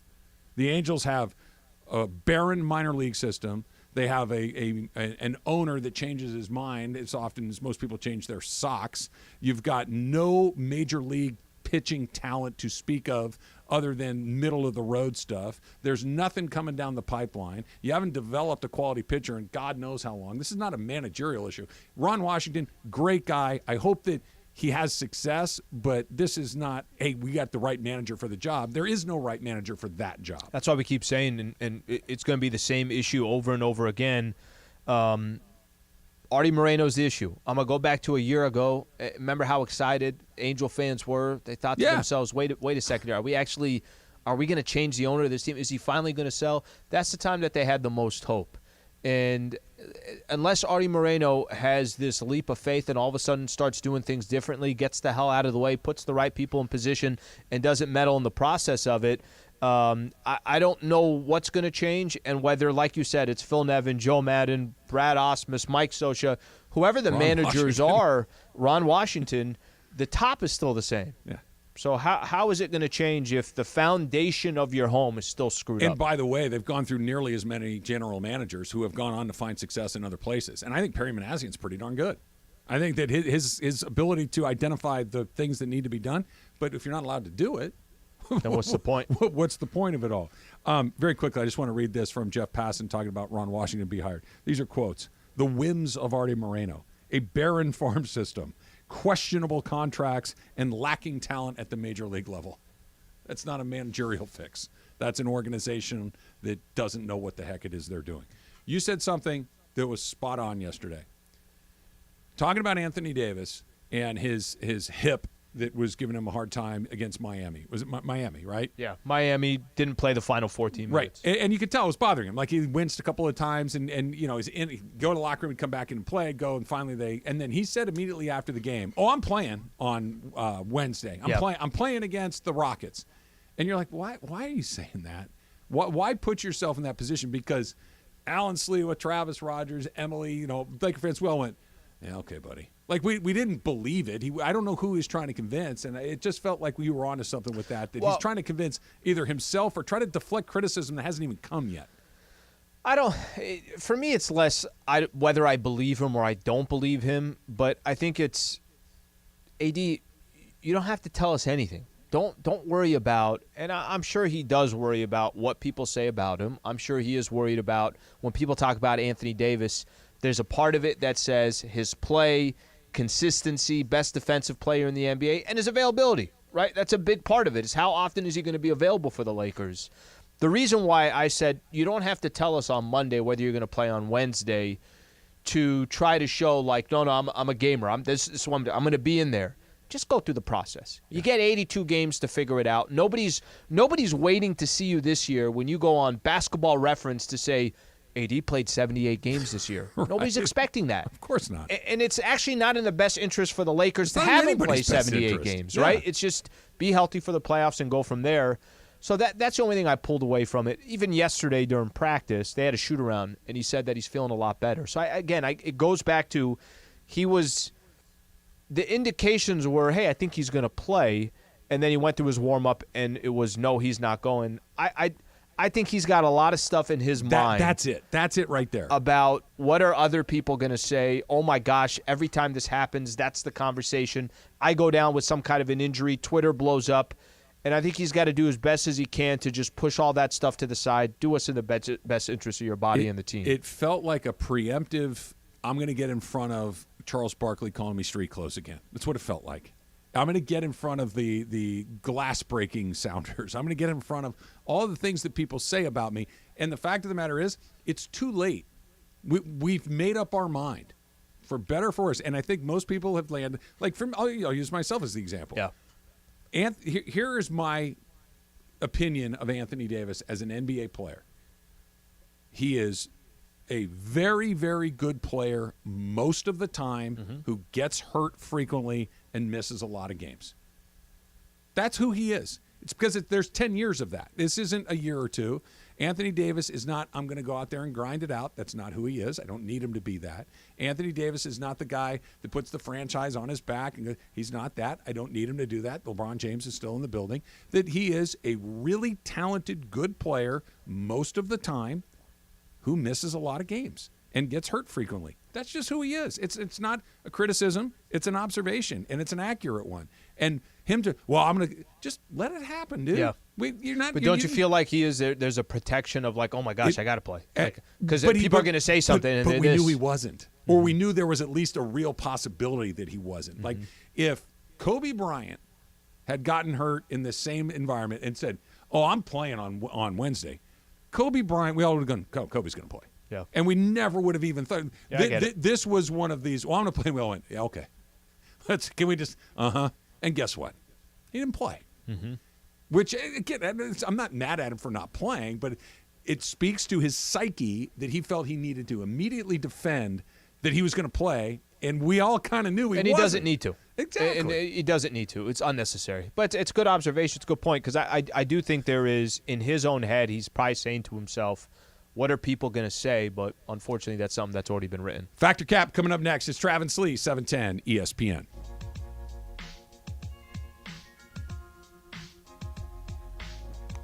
All right, Sierra Subaru of Monrovia. I want to spend a little time on just what a great partnership it's been over the last 5 months, having Sierra Subaru Monrovia a part of the mix here. You know, one of the things that I love in regards to this partnership, every single month, Sierra Subaru Monrovia has some type of program going on that's related to the community, and that's just something that they do. It's part of Subaru Love Promise. I was there on Monday, and they were talking about 2 different initiatives that they have going on in the month of November. Sierra Subaru is teaming up with the Foothill Unity Center Neighbors Helping Neighbors initiative now through November 20th. Join them in helping to make Thanksgiving brighter by dropping off canned foods to support the Sierra Subaru team to help prepare and distribute Thanksgiving baskets to neighbors in need. Go to sierrasubaru.com for more information. I definitely will be at the dealership. As much canned food, as much as I can give, especially in this month of Thanksgiving, I will certainly do, and we'd appreciate if you guys can help out as well. Go visit them at just off the 210 and 605 freeway. That's sierrasubaru.com. Big news, Laker fans. John Ireland here. You can now stream every Lakers game on the ESPN LA app. Don't miss a second of the action with Michael Thompson and I on the call. Plus, all your live and local Lakers talk every day in the palm of your hand. You're one tap away from everything Lakers. You could even win Lakers tickets. Download the ESPN LA app and bam! Download the ESPN LA app at the App Store and Google Play.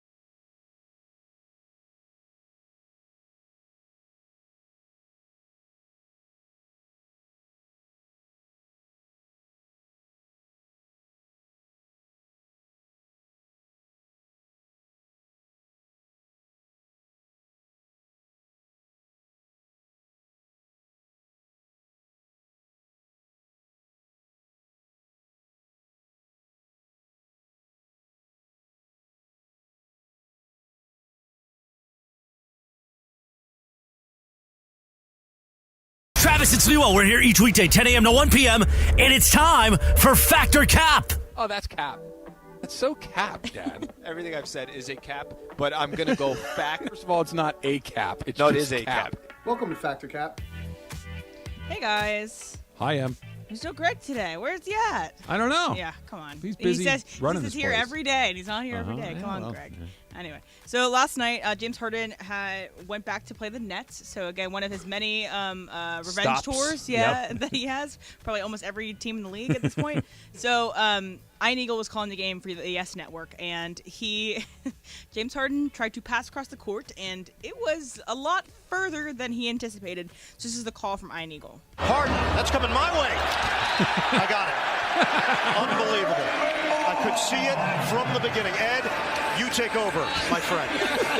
That might have been my greatest call in NBA history. I'm going to play it one more time. Harden, that's coming my way. I got it. He's so smooth. This is a great call from Ian Eagle. Fact. He's, there's like the mega celebrity play-by-play guys. Al Michaels, Joe Buck, Jim Nance, those guys that are at the very, very top of that. Ian Eagle's one of those guys. Ian Eagle is funny, as you can tell right there. He hands the ball back to here. Ed, you take it from here. His play-by-play is terrific. You always know exactly what's happening. He's quick-witted. He's a little droll. Like, he's pretty dry with most of this stuff. I think he's an all-star. I think he's fantastic. Al? Fact, same thing. I will say this, just kind of add to the moment. There's a lot of times, you have something like that. It's obviously not scripted. You have no idea what's going on. I love how the way you can make it, you can joke around about it and still have the call that you're talking about, like the call that you play, the way you could just take it and make it so seamless. Anybody who's listening or watching, you don't need to see the video, but if you watch the video, it adds just great context to it. Like you said, handing the ball back to the referee. Like, I've done my job. Now you go do yours. That's brilliant in this like small little clip in that short amount of time. I think that he great. saw it like as it's that one's coming by, and it landed in his lap. Literally, it's terrific. Jorge? I think he's great. He understands what's happening in the game, like those stories behind, like this one with James Harden coming back to Brooklyn. Isn't he the same guy that adds lyrics and stuff? Yes. Like, yeah, he's just great. He's he knows. terrific. Yeah, love the guy. It was like when he said, there's a blank space in the end zone. Yeah. Him and Kevin Harlan are the two guys fighting for the title of best guy that's not one of those three guys. Like, they're both just fantastic. Yeah, they're right there, and obviously those guys. There's just not a vacancy, right? They're not going to be there forever. Right. Yeah. They're terrific. All right, so it came to my attention that the Jazz has.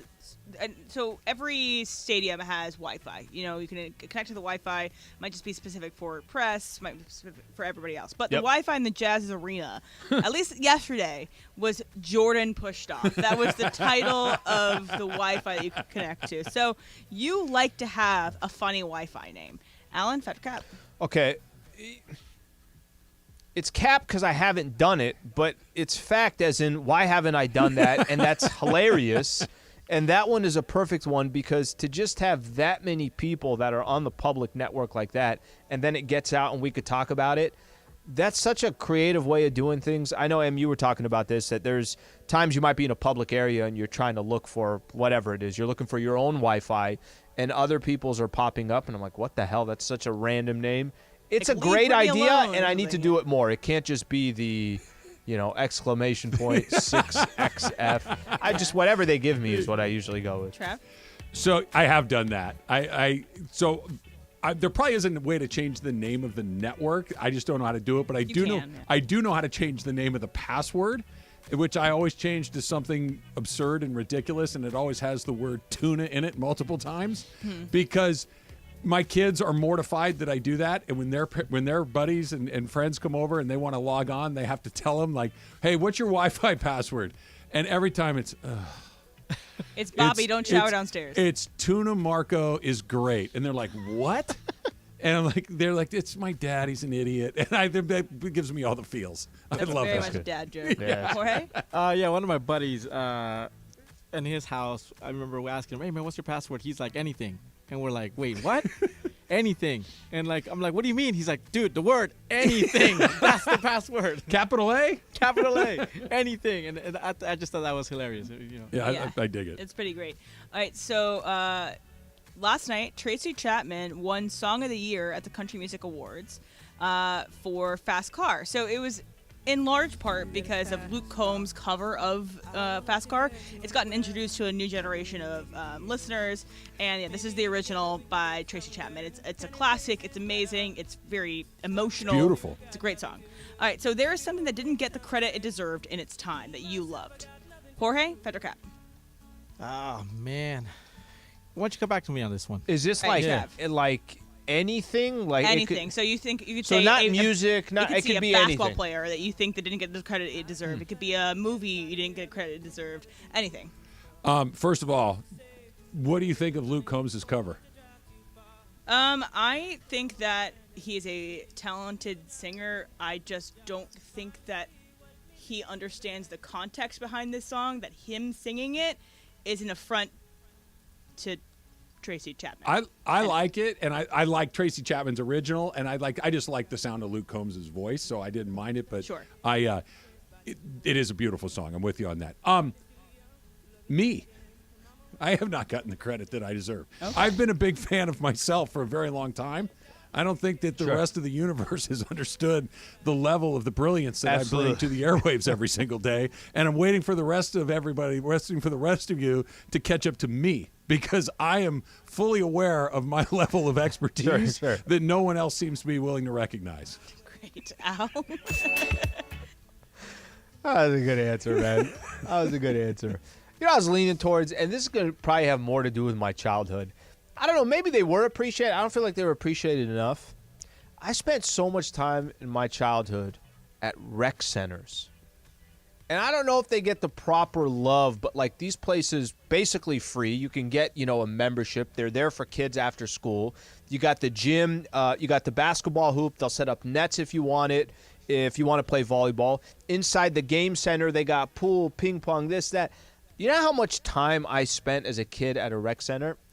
I don't know if that's kind of what you're thinking of, but something underappreciated that had a big impact for me, rec centers. Even coaching in rec centers as well. Jorge?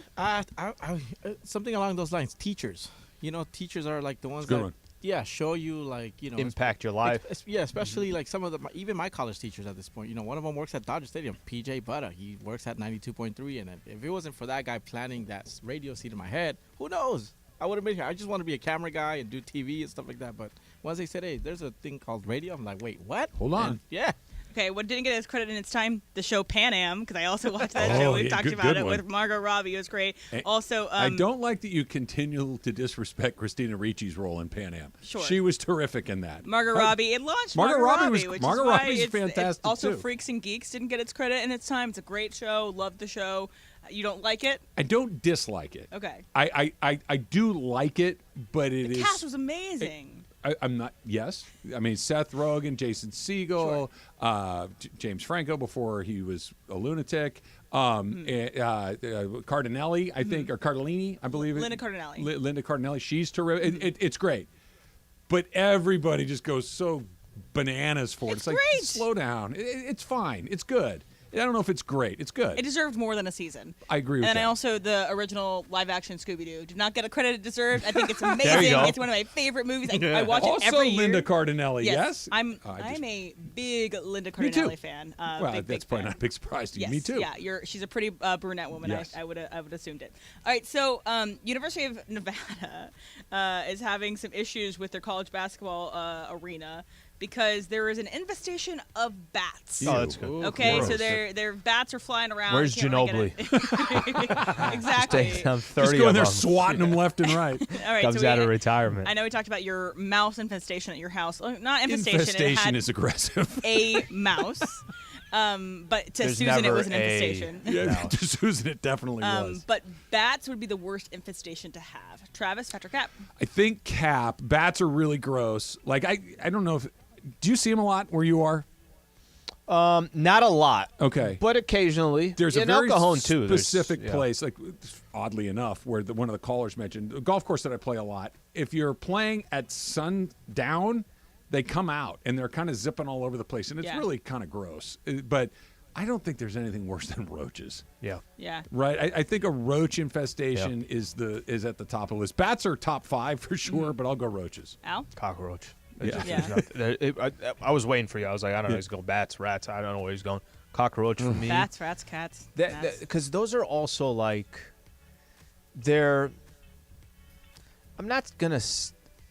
This is not the game plan, but it's also not like I can't just like, oh, I'm gonna step on this or that. Like, when they're there, they're everywhere. Yeah, there's not one. No, and then you got the little guys, the babies that are all over the place. Yeah, it's not a good thing. It's not a good look. I would have said skunks might be the worst infestation because it's going to infect a lot of your life. I don't know, roaches. Because it smells so bad. Quick skunk story. Sure.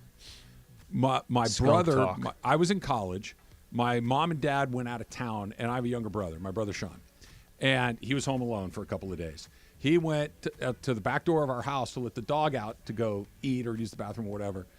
The dog's bowl was on the back porch. There was a skunk eating out of the bowl. So when he opened the door, the dog went out and chased the skunk, and the skunk blasted the dog. And the dog lost its mind. It went like crazy. Immediately turned around, ran back into the house, jumped on all the furniture, rolled on the carpet. It was it. Like the entire house smelled like a skunk for months. Oh my gosh! So and that was it was horrible. They're My all brother over missed East 2 LA. days of school because he couldn't get it off of him. It was that bad. It was just maybe I'll take the disgusting. cockroaches as When I used to live in South Pasadena, there are skunks everywhere. all the time, and it's now not as much of an issue, but yeah, it's terrible. It's nasty. That's it. We're gonna end on grody skunks. Roaches. Yes. Fun fact about bats: every time they exit the cave, they go left. Is that true? That's true. Do you know why? I remember that from school. I don't know why. It's one of those useless knowledge. Find out right now. Get on Wiki, I don't know why, but they why do do bats turn left? every time, dude. The Lakers had a very, very bad night. Is it just that, or is it more? That's coming up next. It's Trav and Slee, 710 ESPN. Slee, I just missed. I did my first combo prize picks last night because this is how much fun prize picks is. It makes you invested in things that maybe you might not be otherwise. And it's just fun, and it's a chance for you to win 25 times your money. Here's what I did on prize picks last night. Went to my account on my prize picks app, and I did I picked 3, but I crossed the streams with different sports. I had a hockey pick, bam, it hit. Sidney Crosby scored a goal. I got it. I had Kyle Kuzma, or no, not Kyle Kuzma, THT under, bam, it hit. LaMelo Ball, man. LaMelo Ball. LaMelo Ball got me by 4 points. I had the under on LaMelo Ball. He just barely got me. I would have won 5 times my money. I just missed Slee. Most fun I've had in a long time playing Prize Picks. Okay, this is how you do it. Go to prizepicks.com/710. Use that code 710. T-Raj got something. I got a couple games going tonight. I'm taking Damian Lillard more than 25.5 points. I'm taking Trae Young more than 24 points. And that's as easy as it gets. Literally, you can make 2 to 6 picks. If I bet $10, I can get $30. $100 first deposit match of up to $100 when you use our promo code 710. What does that mean? It just means if you sign up for the account, it's the first time you've been on the account, and you want to put $50 in, they'll match that $50. You want to put $100 in, they'll match that $100. Go to prizepicks.com/710. Use that code 710 for a first deposit match up to $100.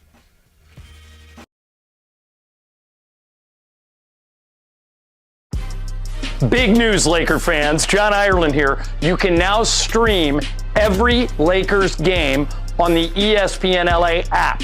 Don't miss a second of the action with Michael Thompson and I on the call. Plus, all your live and local Lakers talk every day in the palm of your hand. You're one tap away from everything Lakers. You could even win Lakers tickets. Download the ESPN LA app and bam! Download the ESPN LA app at the App Store and Google Play.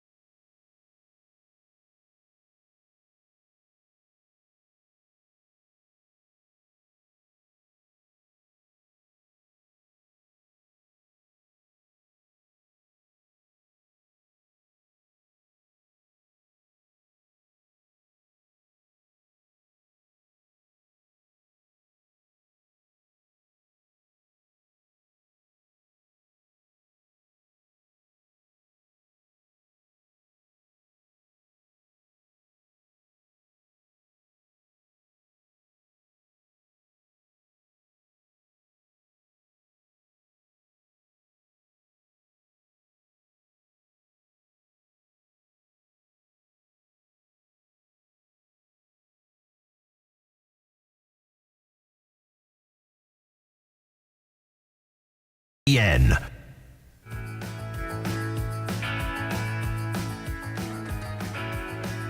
Still breaking down skunks during the break with Emily. Just wanted Bats turn left too, by the way. Yeah, did you figure out why? No, there was nothing. Drop the ball, Sleek. There Come was on. nothing specific. We confirmed that in a common myth on the internet that bats turn left when leaving a cave. It has been observed that they have no preference and will turn right or fly directly ahead as often as they turn left. So it sounds like the internet has lied to us. You're spreading propaganda. No, that's Jorge. what I learned in school. I don't know what. It's just you know how it goes. One of those things usually sticks in your head. I love those things that you believe, like in your soul. Like bats turn left out of caves, and like, actually, that's not even a little bit true. When I read that in here, I'm like, well, the internet's wrong. Jorge told me. Jorge learned from a teacher. Wikipedia. I'm gonna change it right now. Anybody can edit there. Yeah, just let it rip. Exactly. Nope, wrong. I was told by my 5th grade teacher that they go left. Miss Hammer. That's great. Lakers got killed last night. Yeah. They got blown out by a team that's not very good, Mm-hmm. a team that will struggle to make the playoffs. They still haven't won a game on the road. They continue to have all sorts of problems in the first quarter. They're a minus 74. Is that bad? It's the worst in the history of the NBA. Could be bad. Through 8 games. They give up. They still have yet to outshoot their opponent from the three-point line in 8 games. They have the worst three-point defense in the league. They have their head coach calling them out on effort about rebounding and things like this. Austin Reeves does not look like the Austin Reeves we saw last season. LeBron is playing heavy minutes, and they're still not winning. That's a lot of red flags through the first 8 games of the season. Yeah, and listen, if I ask you the question, I mean, I mentioned this. We had a caller call in earlier. I wasted 2.5 hours of my life yesterday. If you watched the Lakers play basketball yesterday, you literally wasted 2.5 hours there's no of your waste. life. If you learn something from it, it's not a waste. Absolutely true. That part is true. Last night, I didn't learn anything. I wasted 2.5 hours of my life. There's been, so far, I think, this Lakers season, I think there's been okay, hey, you're a couple games in. It hasn't looked smooth. All right, I wonder why that's happening. And then a few more games. Again, they've only played 8 games, but I don't want to just sit here and talk about the frustration's not just losing to the Rockets by 34, which is in itself enough to be frustrated about. It's certain trends that you're watching from the Lakers that you just weren't expecting. Why should we be talking about if the team are they motivated? Is the effort there? Why should we be having that conversation 8 games in? Why should Darvin Ham be mentioning that to us after the loss against the Orlando Magic? Why would they start out the stat that you had, the minus you want it again? 74? Here's what it is. The worst point differential in the first quarter through the first 8 games in NBA history. It's a very specific, right? The first 8 games, first quarter only. But here are the numbers. Lakers are the worst ever, minus 74 points. The next worst were the 2009 Knicks, minus 71. Next worse than that is a tie for the 06 Blazers and the 99 Wizards, who were both minus 70. So that's not company that you want to keep. I think the part that's the most disturbing about that is that of those other 3 teams, the 09 Knicks, the 06 Blazers, and the 99 Wiz, none of them won more than 32 games. Yeah. That's the part that's like, wait a second, because 8 games isn't a huge sample size, but none of those teams were able to recover from it. 32 wins is a bad team. LAOC card said, I learned the Lakers sucked even more last night. So he did learn something. Those stats, but put them all to the side. That's the one thing that I'll continue to harp on. I haven't watched the Lakers game yet this year where I sat back and said, that's a good basketball team. That I've sat back and said, damn, that looks really good. Look how these pieces complement each other. I haven't sat back and said, that's 48 minutes of good basketball. And, man, all the hype that was coming into the season, yep, that's why I was excited. That has not been the case. It has been got to the Western Conference Finals. Wow, they got a lot further than we thought they were going to get to. They re-signed a lot of important key role players. Then they went out there and got more depth. And then the season started, and it's like, all right, well, where is all that? I'm going to help simplify this a little bit. Do you think in 2 weeks from now we're still having the same conversation, or do you think we're saying, okay, hey, looks like the engine's starting to get going here. I don't think we're having the same conversation. I think for a couple, they're going to play teams that are going to be more manageable, which will help a lot. Really bad teams coming up. I still believe that fundamentally it's a pretty good team. I agree with you. Yeah. So I think that in 2 weeks, the conversation, we won't be having that conversation, at least as much.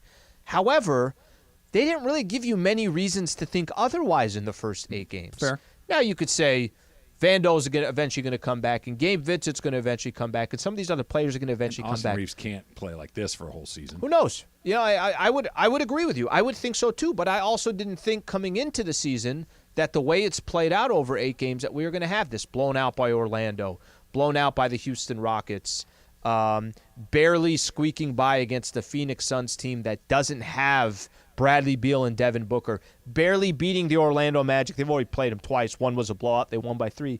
I also didn't think some of this was going to happen as well. On top of all that, Bron and AD have actually had good starts to the season.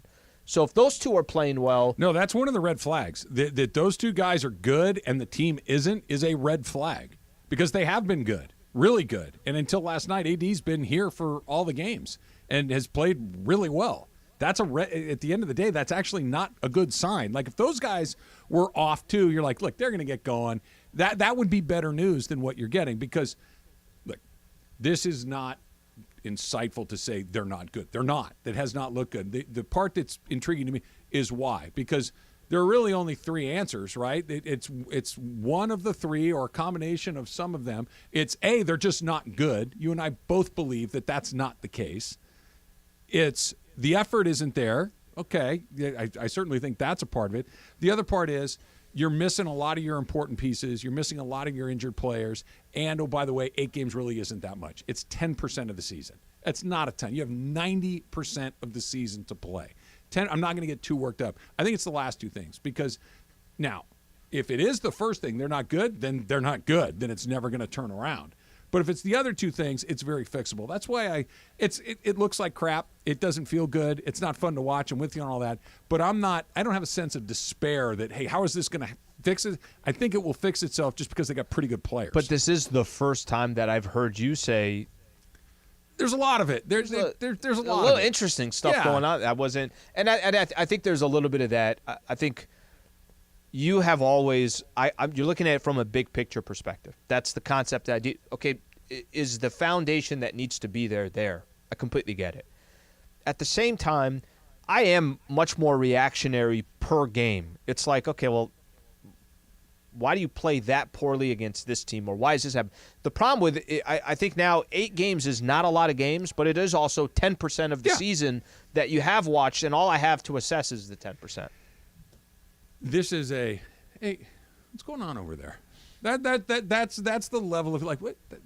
Hey, Al, what's up with Austin Reeves? Like, are we gonna be all right over there? It's not. Oh God, what are we gonna do with Austin Reeves?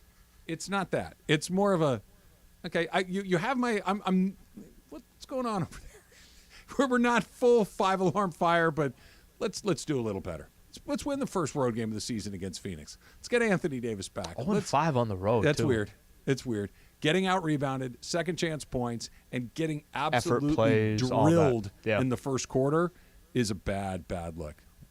So our NFL picks against the spread, Em? Yeah. No, it's the draft. That's at 12, and then we got the week. draft at 12:30. Our draft. What are we drafting, Em? We're drafting Pixar movies. Oh, there's a new one coming out, right? Yeah, so the teaser trailer for Inside Out 2 came out this morning, and it got me thinking that we haven't done Pixar movies, and we all love them, so we're going to draft. Done. That's next. Travis Lee, 710 ESPN. You never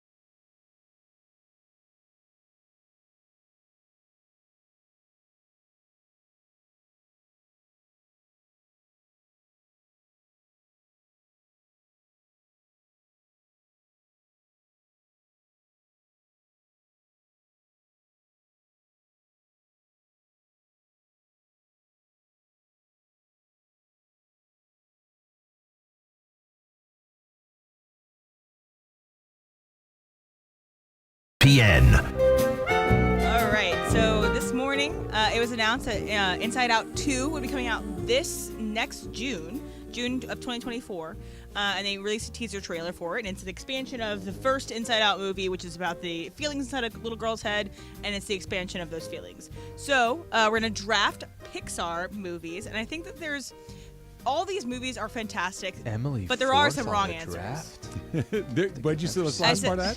I said all these movies are great, but there are some wrong answers. So that's well put. I agree. And I've also been fourth. I've been fourth before, guys. I think she's trying to make it. I think she's trying to make it up to us. No, they're smart to do that. I like what she's doing there. And just ground rules too. If you say something that has multiple movies in this franchise, I will count all that movie. You get the entire catalog. If you said, for example, Godfather, you get all the Godfathers. I know it's not a Pixar movie, but just for example, I don't want to give this is certain movies in the chronology. Nope, you take all of them if you take it. So this is our NFL picks right now.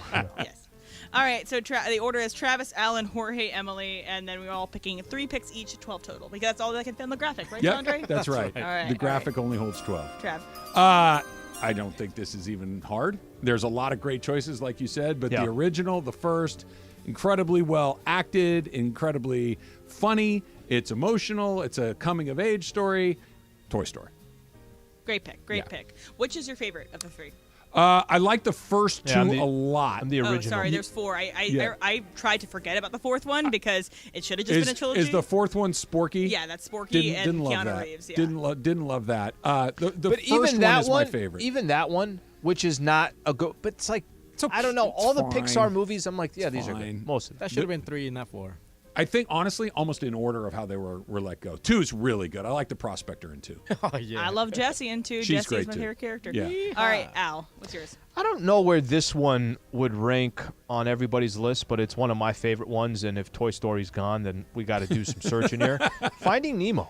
Finding Nemo, I thought was I thought the storyline of it, I thought it was really good. Like the same thing that you're talking about. Good actors as far as the voices and everything else. I go Finding Nemo. Wait, Jorge, why did you say that? You said it was whack. Yeah, just like you said the song from yesterday sucks. I didn't like it. So why do you think that Finding Nemo's whack? It's just my opinion. I can have my opinion. It's just like you have about your song. Exactly. I don't like the movie. Why didn't you like it? And I explained why I didn't like the song. Why didn't you like it? It just didn't hit as other movies did for me. Very Disney, where they kill the mother in the opening scene. Well, But there's the sharks. Well, okay. Sharks are funny. Did you guys I like all the see? the Alcoholics Anonymous kind of scene. Yeah. Hi, fish are friends, not food. Did anyone see Finding Dory? No, I did not. I saw Finding Dory, and again, not a surprise. I cried. I cry in all Pixar movies because I'm a little soft. That always sucks. Jorge? I'm just playing. I just want to Fine. You can say it sucked. That's opinion. Can't we all? I just want to push your buttons. Can't we all just get along? What do they say on that movie, Hustle and Flow? Can't we all? No, never mind. I can't say that. Okay, all right. I'm gonna go with Coco.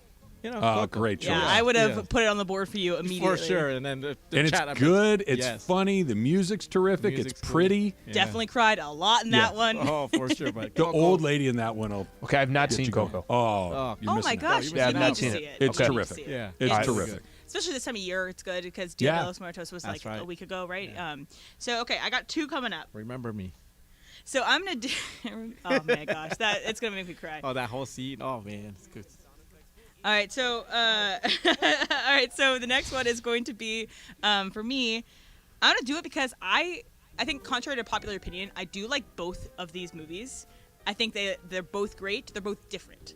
So I am choosing The Incredibles. Great choice. The Incredibles is amazing. The music, fantastic. The casting, great. The idea of like deconstructing a superhero is great. And then also, additionally, I love the ride. I love the ride at Disneyland is the Incredicoaster. Oh, yeah, that's fun. Big fan of the ride. Big fan of Elastigirl. I'm Elastigirl. I wanted that one on my list.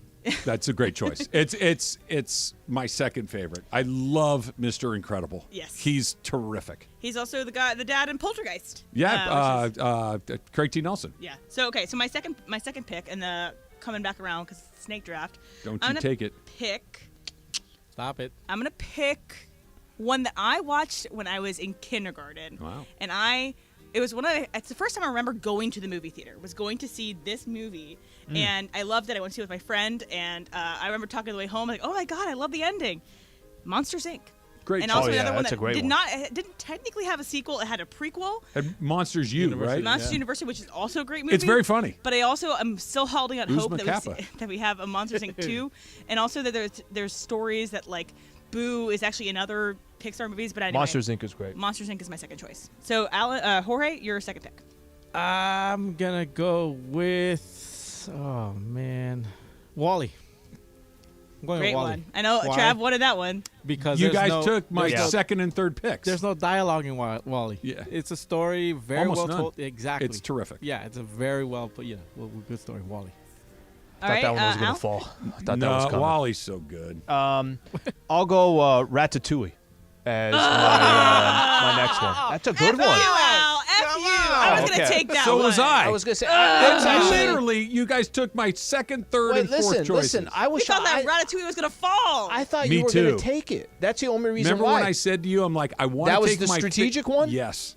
I thought it Ratatouille would is get to me on the flip. I didn't think it was coming to be my second pick. It's such a good movie. It's a great terrific. movie. Okay, have you guys seen this thing on TikTok where in the height of the pandemic they got a bunch of creators to make Ratatouille the musical, and so, I'll come in with some sound from it the next segment. Okay.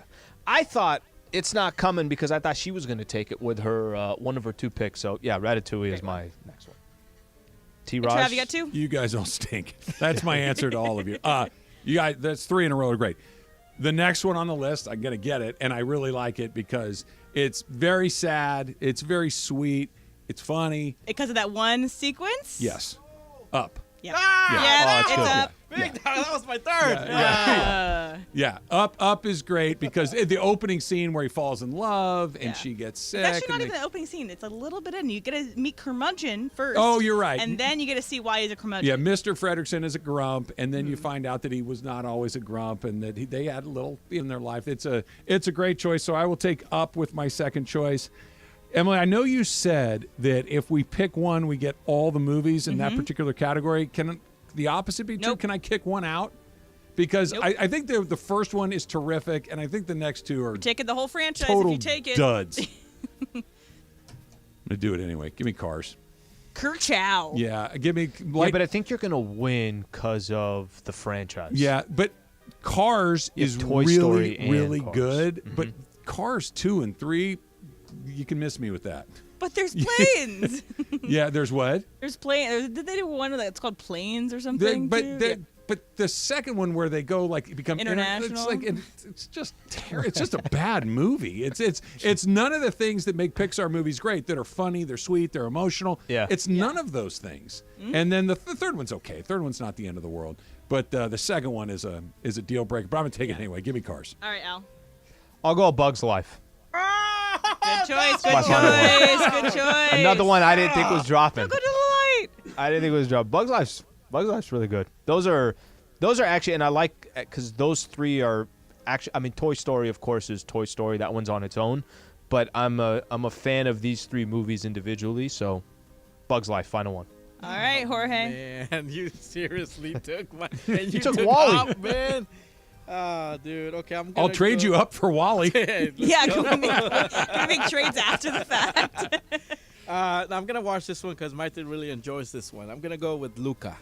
Okay. I haven't seen that one. That one's fun. Yeah. That one's a really cool movie. Yeah, Maite really likes watching that. You know what? Yeah, Luca. I'm sticking with that. That's it. Final pick. Good choice. What's the name that they try to give themselves encouragement? What does he say? What do you mean? He says something in Italian. It's like, oh, you can do this. Anyway, whatever. I'll come back to it. I haven't seen it. I saw I've it's a short little one. It came out in 2021, and it's anyway. Alberto Silencio. No, Scorfano. it's Silencio Stupido. Bruno. Silencio Bruno. Oh yeah, that's right. Have they all done basically really well? Not all No. of them. Okay. Yeah. Because there's a few on there that I've never seen. Yeah. Yeah, So not I'm all not of them sure have if- done really well. Okay. All right, so I'm going to round out this with the reason why we're doing it in the first place. I loved this movie because, again, made me cry in the theater. But I'm a softie. I love, I go to therapy. I'm really into emotions. And I think this movie is also really helpful for conversations with kids about dealing with their emotions. But it's very sweet. It also has great voice actors. Yes. I'm going to go Inside Out. Great choice. Yeah, so that's rounds it out. We have a pretty good list, guys. It's funny, like your experience with those movies is very, very different. I only saw these movies as an adult. I've seen all of these movies with my kids. Sure. You know what I mean? Like it's on the other side of it. Oh, hold on, I got my guy Hold on. Sleep, take over. Oh, here we go. Yep. I thought he was only on Tuesdays. No, so Tuesday, now Thursday. apparently on Thursdays as well. He's restocking. Trav has a certain look Now at you the got the connection. thumbs Look at the up. connection. Oh, man. Look at, I don't think he even hear us. He's never looked at me once. Not once. Have him and I made eye What's funny contact. is, so like Pixar had a heater. They had Yes. like bangers back to back to back to back for like almost like 10 years.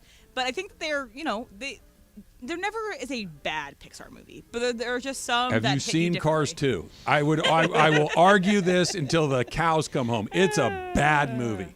Okay, or is it camp?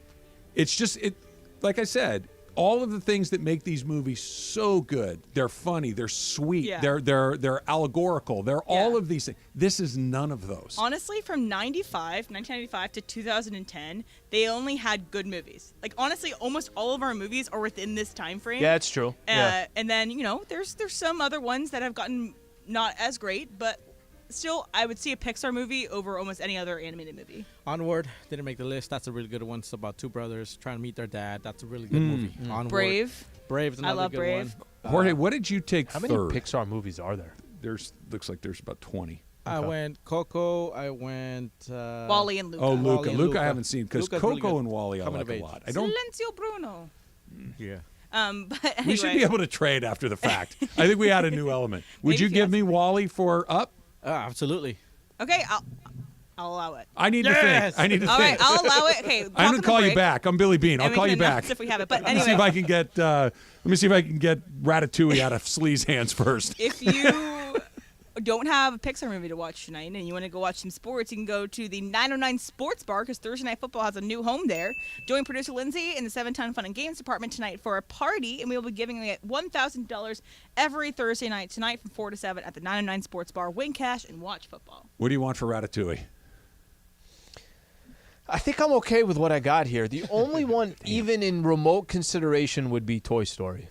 And that's your number one. You can't. Right, that's a big ticket Jordan. item. That's It is. Jordan. I can't give you that.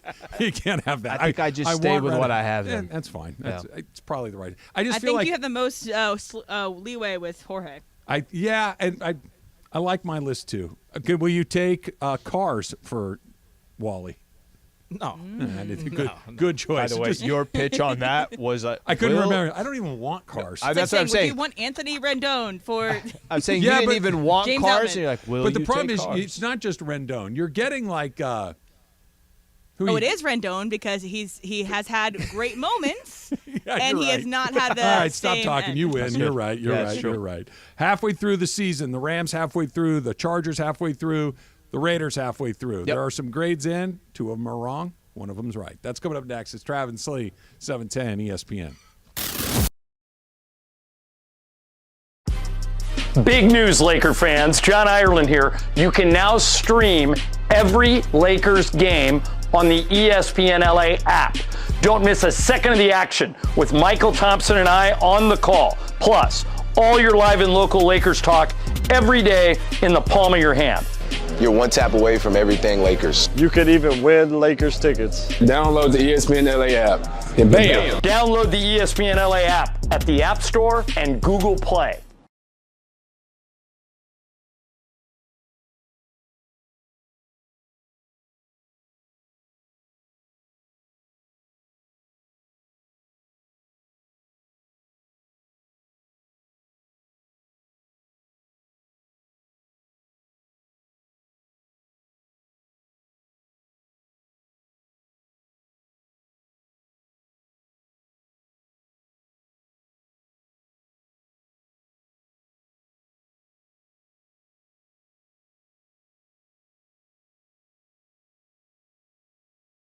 Complex with kegerator, sink, and refrigerator options available. All outdoor kitchens have white granite countertops and stylish design features. The best part?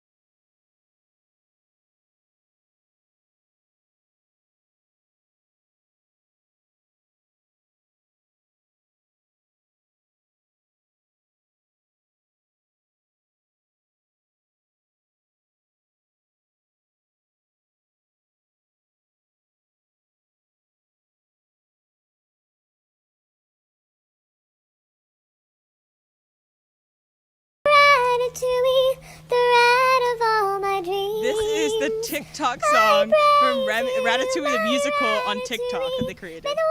Oh my gosh. Tell me what that is again. That's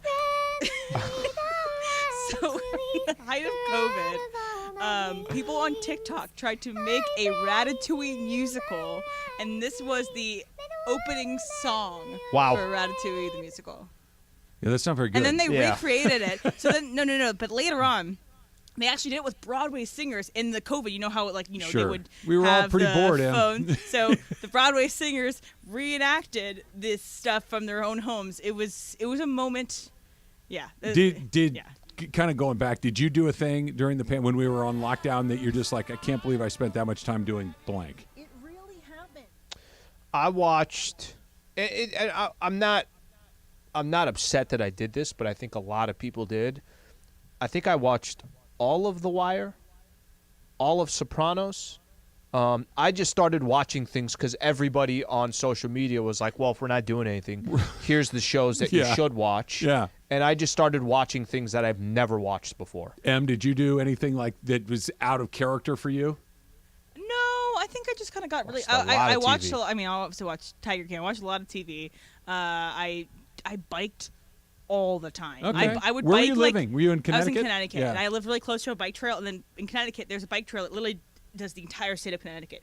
So I would do like marathons of biking. Wow. How long almost does it take every to day. do the outline of Connecticut? A long time. I didn't actually end up doing that, and it's just like straight through from top to bottom, not on the outside of it. But I would do like 30-mile days when I didn't have work. Yeah. Jorge? No, it's pretty. This is gonna sound a little wrong, but it was kind of normal for me because I was the only one that was able to come in here. Me and a handful of people. Right. So I was able to get in my car, drive here, come in the studio. I was by myself here, but when I got home, it was like, play with my kid or like, go out and ride a bike. So it was somewhat normal to me. Like I never really stayed home like that. Yeah. So it's a little different for me. I had that too because I was board hopping a lot during that time, and I would do the same thing. I was like the only person in the office. It was weird. I went. Like in retrospect, you should have exercised more, right? You should have tried to write. You should have read more books. Like all the things. He's like, hey, if I ever had some time, I'd do these things. What I did is I looked at baseball cards. Oh yeah. Like She did read a lot of books. Like it's your thing. Yeah, but okay, that's a day. We were inside for a year and a half. Yeah. You were very passionate. Tiger King, I was thinking. Cared a lot. Tiger King a whole lot. Well, Tiger King, we analyzed like it was the moon landing. Exactly. Like it's like, what about Exotic Joe? Is he getting railroad? Of course, of course she did. She just went missing. I don't know what happened to him. I have a guess. All right, so basically the halfway point of the season. Most teams have played, 8 or 9 games, 17-game season. So USA Today had some halfway point grades for these teams. Just ask this: where do you think the Chargers got, Slee? That the Chargers grade. Mm-hmm. That this is a team that we know what the expectations were. We know where they are right now. They're back to 500, having beaten a couple of really lousy teams. What do you think that Chargers got? So, only because they're 4-4, and only because it's happening right now, and you could, in a very odd case, just make where they're still in the mix. Below average, so I'd say C to a C minus, something like that. And what do you think the Chargers would get? Even though I would probably put them on a maybe it should be a D C plus. is probably where I put it because it's pretty average. Mm-hmm. I don't know. So they got a C minus, and that feels outrageously high to me. Really? Yeah, because this is a team that was expected to push the Chiefs. This is a team that was expected. Were they? Talent-wise, yes. Yes. The talent on their roster should be much better than, hey, we beat the Jets and we're back into it. Hey, we beat this crummy team and we're back into it. I know that the results are kind of Chargery, but if you just took the logo off of their roster and said, what do you think of this team? You're like, that team's pretty damn good. Well, what if I told you they're 4-4 through the first 8 games? You're really? That team with that quarterback? Correct. You're right about all that, but I think you can't take the logo off, and you that is the coach, and that is the owner, and they're lucky and fortunate that they got back to 500, because if we were sitting here 2 weeks ago when they were still 2-4, then I think it's, okay, yeah, that's an F, whatever you want to call it. If they had a D, would you feel like it was wrong? No. That's what I'm getting at. Like No. a D feels right to me. No, but I also don't put that much stake in the Chargers because they didn't change their head coach, and that is still the go look at their last 2 years. they've had really good rosters and they still underperformed. I think if we're judging it based on a blank resume in terms of like that you don't weigh expectations on their grade, then I think that it's a C is accurate. So you're just going based exclusively on their results? Yeah. If it's not because we had an A expectation for them that they haven't lived up to, that's why it's a D. But isn't that part of it? Right? I Like guess if but the Chiefs were 4-4, because you'd be like, that's an F for the Chiefs. The Chiefs have not been doing very well. No, so they the Chiefs haven't. might be a B-. But that's my point. But because it's the Chiefs, it's your expectations are where they are. Of course. And if they don't meet them, they drop down. Like if the Chiefs were 4-4, 3-5, you'd be like, that's an F. Whereas if it were the Bears, it's like, okay, that's actually that's a little better than 100%. I think context and the expectations. I think have it's a lot hard to do with remove. it. What about the Rams? Because the Rams got a C+, okay? Okay. And I think despite the fact that they're 3-6, that feels kind of right to me. And here's why. They would pick sixth, right? If the draft were held today, they'd pick sixth. It's a pretty good result. They've been competitive. They've developed a handful of pretty good rookies. Puka Nacua, NFL player. Steve Avila, NFL player. Byron Young, NFL player. Kobe Turner, we're heading in the right direction, right? And so there's 4 guys, 3 of which I'm virtually certain are going to be long-term NFL starters. And you haven't embarrassed yourself up until last week with Brett Rippon. And against the Cowboys. Yeah, but the Cowboys are a lot better. The Cowboys are a lot better than the Rams. But that was still a lot better. 33-3. Okay. I haven't seen an ass kicking like that since the Rockets beat the Lakers. I don't think that was they got killed. They weren't in the game, but that was a good team beating a bad team. What's embarrassing is a bad team killing a bad team. That's the difference for me. But they are going to get a high draft pick. If the second half is like the first half, they're going to pick in the top 10. They've developed some rookies. I think that's a better than average result considering, again, expectations of where we came in. I guess the grade for me is you're taking into – so they're not necessarily – the 3-6 record is not the – it's not very how surprising. They've played is not necessarily how they're giving the grade. Because It's you all saying of that, it. hey, It's they all would of be it. 6th right now if it drafted, I mean, then if that's the case, if that's the goal in the game plan, then I wish they had 1 or 2 wins. Well, this team was not bad enough to have 1 or 2 wins. They were also not good enough to have win 6 wins. to win 10, right? So they're kind of trending towards the very low end of average, which is about where their talent would be. And I think that's average. And I'd that's give them C to C- at best. I think the C+ is I don't know why just it going up to a C+ sounds It bothers you. Yeah, that sounds like a I lot. think that they're below average. I think that their result. You think they should be better than they are right now? I do. I think that they should be better than they are based off of that first game. Because when I saw that first game, So the 1 out of the 9 games they've played, they should be that one team, not the other 8. because of how they started, they changed technically- my expectations of them because I've seen how good they can play. But technically, to her point, it's the one Steelers game that at 4-5, difference of 3-6. I mean, and it's not like the Packers were all that good. That Packers game was stink. ugly, and they still lost by 17 or whatever it was. I lean more towards Emily I got on duped that. by the first game too, Em.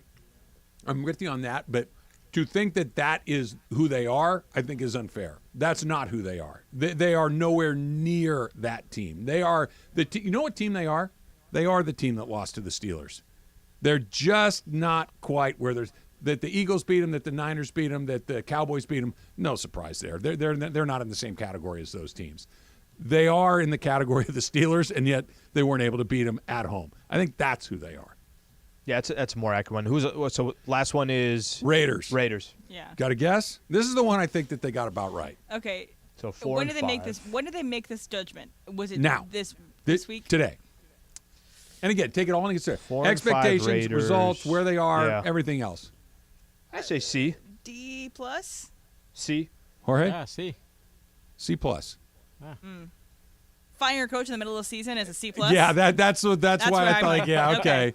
Cool. And by the way, some of the stories coming about why they needed to get him out of there, that's like, really? That's what we're doing? Okay. Yes. Cool. Yes. was the That's that is such a tire fire. And again, the Rams are having a terrible season. And they right? have talent. They do. Well, they do. You're right. They have talent at running back. They have to, but if you have a Devontae Adams, but nobody to get him the ball, Sure. do you have Devontae Adams? No. Sure, but also Jimmy G is not a bum.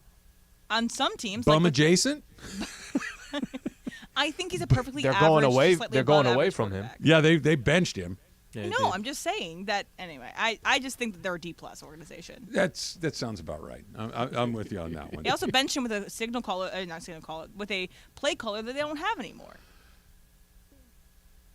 So like they benched him with someone who was giving him the plays. That is not there anymore. So maybe it wasn't I see what you're saying. Jimmy Yeah, G as okay. much as it was the play I calling. think they're all guilty. They all go to jail.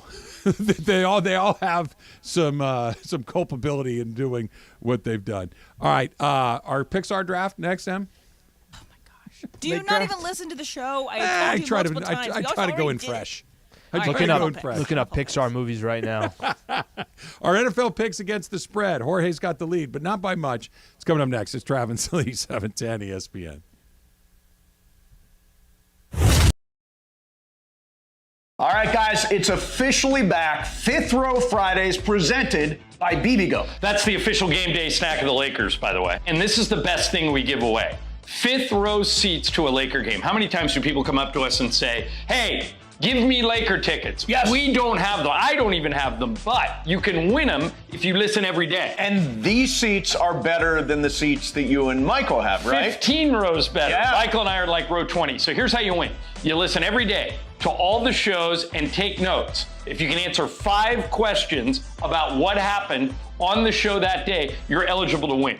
And don't forget, on Fridays, your chance to call in all 5 right answers, and you are in the fifth row at Crypto.com Arena for a Lakers game. For free!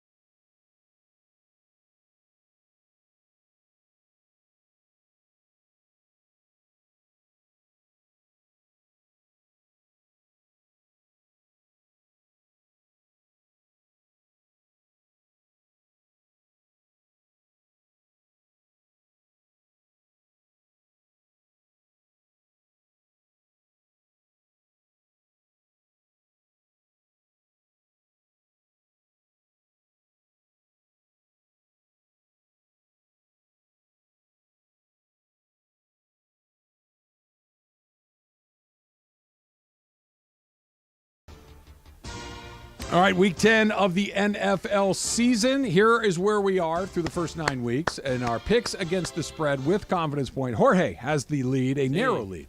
53 points for Jorge through 9 weeks. I am in second with 51. Slee's in third with 49. M is in fourth with 45. But from first to fourth, we're separated by just 8 points. Coincidence or numerology? Emily, 54 points? Look at the number on my jersey. Look at that. Oh, Papa. Look at that. Look at the signs. All right, here's where I believe in that one. Oh, I need to look something up here real quick. Slee, you are Jorge, you are going first this week. You ready? All right, yeah. Okay, so Jorge's I need to write this down so I don't forget. Number one. This one will there. be easy. I've already done it. San Francisco in his 4. Jacksonville is a 3-point home dog. M. Just so we know where we are. Jacksonville 3-point home underdog. I pick next. I'm going to take San Francisco as well. I think that they have to bounce back. And so they've lost 3 games in a row. Jacksonville's pretty darn good, though. It's in Jacksonville. I'm going to take the Niners for the bounce back factor, but I'm putting at 1 Slee. All right, I'm going to go exact opposite. And look, this is a very, very difficult game to predict. Give the Jaguars credit. They've been beating some, they've won 6 in a row, 5 in a row, 5, whatever I it believe. is. I'll go 1 Jags. with the Jags. M. All right, I am going to go 49ers at the 4. I think that, again, Wow. for all the reasons that you guys have, I think they need to bounce back. And I don't know, I believe in them. Slee was in a good spot. He's got Jacksonville, and he's got 2 very high 49er picks on the board as well. Not very confident in my But one. it doesn't matter. You're not. It's not a pick for them. It's a pick against the other guys. That's what you're thinking, Slee. All right, I get to go first in the next one. The Detroit Lions. Another good game. Here in Los Angeles. The Chargers are a 2.5-point dog at SoFi Stadium. There's no good choice here. I don't want to pick Jared Goff because every time I pick Jared Goff, he would burn me. Every time I picked against Jared Goff, he will burn me. The exact same thing would be true against the Chargers. So coin flip, Lions at 2. Give me Lions at 2 for no good reason other than that's my random choice. Okay, so Slee. This is literally, I'm not doing anything here. I already have it written down. I'll go Chargers with my 2. So right now we're both very not very confident with our first couple of picks. I think these are tough games there. I'm going with the 2 Chargers. I would expect you to take as the biggest Charger fan that I know, that the Chargers are your number 2 is not a surprise. M. Chargers are a 500 team, and they won this past week, so I feel like they're going to lose this week, and that's my reason why I'm picking the Lions at 3. Okay.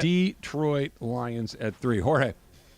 I'll go with the Lions as my 3 on this one as well. Slee. Yeah. You've got a chance to really clean up Yeah, here. but I'm surprised here that I'm by myself. Huh? I guess I'm not too surprised. That's a coin flip. And by the way, the spread is low. It's only 2.5. Yeah, go either way. Speaking of low spreads, another home dog. The Raiders are home against the Jets. The Jets are road favorites. That's nuts. What do you got, M? All right. It's me on this one, right? Did I get? Yeah, you're right. I'm sorry. Is it right? Is it right? Okay. You're right. So I'll go. I don't know how I do this, but I'm going to do it. Raiders with my 4. I just don't have confidence that the Jets can score. I don't know how they get the ball in the end zone, so I'm going to go Raiders with my 4. Raiders at 4. Emily. All right, I'm going to do Raiders at my 2 because I think that the black hole will show up. I think that the Jets, again, stink. I think the Raiders, again, will have something to fight for. They got their coach to fight for, and they have something to prove. So I'm going to have Raiders at my 2. Jorge. This is a who cares game for me, so I'll go with the Raiders at my 1. All right, I'm not going to play game theory here because there's a lot of points on the board for me. I only have 4 and 3 left, so I'm going to take the Raiders too, which means the Jets are guaranteed to take care of this because we've gone 4-0. Everybody picked the Raiders, so I'm going to take the Raiders at my 3. Last game, Emily, you pick first. It is our college game. You've cleaned up picking the SC game correctly every week. USC on the road in Eugene, Autzen Stadium. Oregon is giving 15.5 points. See, that's where I get messed up because almost every time it's either been a very close spread or USC has been favored to cover by a lot. And so this is the first one that I have to really believe and ride this hot hand that I've had of picking against USC every single time to cover the spread. But this is a ginormous spread that they can score points. But I'm still going to go Oregon at my 1. Oregon at 1. Jorge. I'll go with Oregon. I have, my 2 You have left. your 2 left. Dang, I chose wrong there. Dang. Okay, I'll go with Oregon at my 2. Oregon at 2. Oregon at 4 for me because my parents would disown me if I didn't pick the Ducks. So I'm going to take the Ducks at my 4. Sliwa. Clean sweep. None of us have confidence in SC. It doesn't go. matter that the SC by 15.5. I go Oregon with my 3 as my last one. SC by 1,000,000. You can go ahead and take that to the bank. We have 2 clean sweeps. So, by the way, if you win, you're going to win by a mile because the other picks we're all the same. So you are opposite. Those on are my Jacksonville lowest too. And your favorite team, I just the need to San stay in Diego the Chargers. hunt because every time I've gone against the grain is when I've gotten burned. So I need to stay. You are right about that. There is a little strategy of just staying in the mix, like not getting too far behind. like not trying to get data, like I was trying to collect in week 2, where I went against you in every pick, and you got 10 that week, and I got 0. Wasn't a good week for you. I don't know what else to say. And look, I need a couple more of those, and then you'll be buying me carnitas al momo. There you go. That's like it's down the street. That's where we're gonna go. That's where you're going to go. Yeah. Emily's taking us to a movie. Slee, have you decided where you would like to go? La Casita Mexicana, bro. It's good. I think it's gonna be somewhere international. Okay. Yeah. So you guys are gonna we're all gonna go somewhere international, and I'm not gonna pay. Like International Market in Isla Vista, California, where I used to buy 6-packs? No. We're going to Japan. Yeah, it could be something like that. You got to come up with something other than that. That's not going to work. That is not going to work. I still keep coming back to this. I still keep coming back to the Lakers have only played 8 games. Yeah. Of their 8 games, 6 of them have looked pretty darn bad, and 2 of them have looked just kind of okay. I think that's kind of how the first 8 have break down. Getting blown out by the Rockets last night was the first time all season I'm like, all right, let's take a little bit of a closer look at this. Let's figure out exactly why it's happening. I still think it's mostly effort and mostly you're missing some guys, and the guys that you do have in the middle of your roster, namely Austin Reeves, are not living up to expectations. But the possibility of them just not being good is now officially on the board. Yeah, I was looking at there's no point of doing this, but you just do it. Western Conference standings. I'm like, how's everybody doing, right? Like, I'm not paying too close of attention to everybody else in the West. It's not like the first 8 games or 10 games or 15 games of the season. You're like, oh, well, the Lakers they're screwed. That's not going to happen. No. I like just watching the quality of play. I like looking at. But when it's bad, don't you try to figure out why? So I think there's a couple things that come into mind. And unfortunately, I've seen this before with the Lakers. A lot of teams that are playing the Lakers, there's not this, oh my gosh, there's LeBron James, there's Anthony Davis. There's no intimidation, I think, from the players that are playing the Lakers. None of that happens the entire time. The why part, of course, you're always trying to figure out, okay, well, why are they getting their asses kicked against the Rockets? How come they're getting blown out by the Orlando Magic? Why is Darvin Ham through 6 games calling out the team's effort? Why would that be happening? Okay, well, I see that Bron's actually putting up some good numbers. Anthony Davis is putting up some good numbers.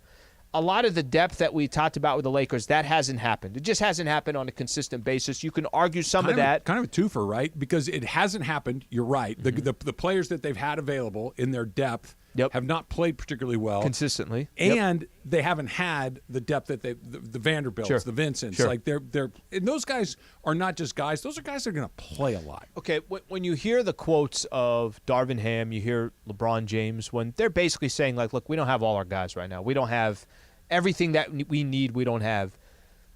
Do you want to hear that right now? Because I don't want to hear that. I'm okay with it. Doesn't bother me. Let me tell you why. What? And maybe this is because it was a 34-point loss. Mm-hmm. If they lost to Miami by 1, which they did, and it just came down to getting some good looks and missing shots, Reeves had good looks.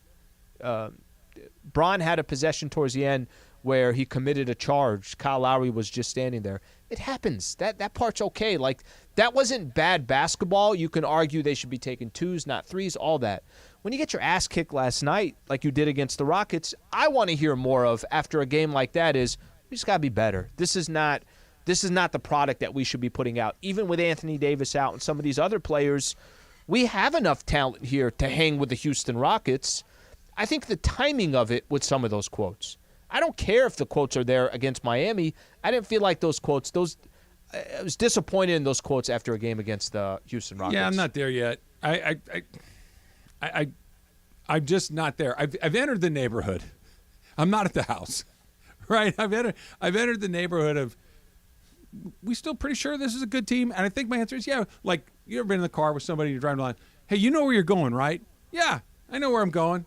You don't really know exactly where you're going, but I know it's over there. We're going to get over there. And then at some point you realize, like, hey, I might not even be within 15 miles of where I'm supposed to be. I'm not there. I feel like I'm in the neighborhood, but I could be on the wrong street. We could be somewhere in there.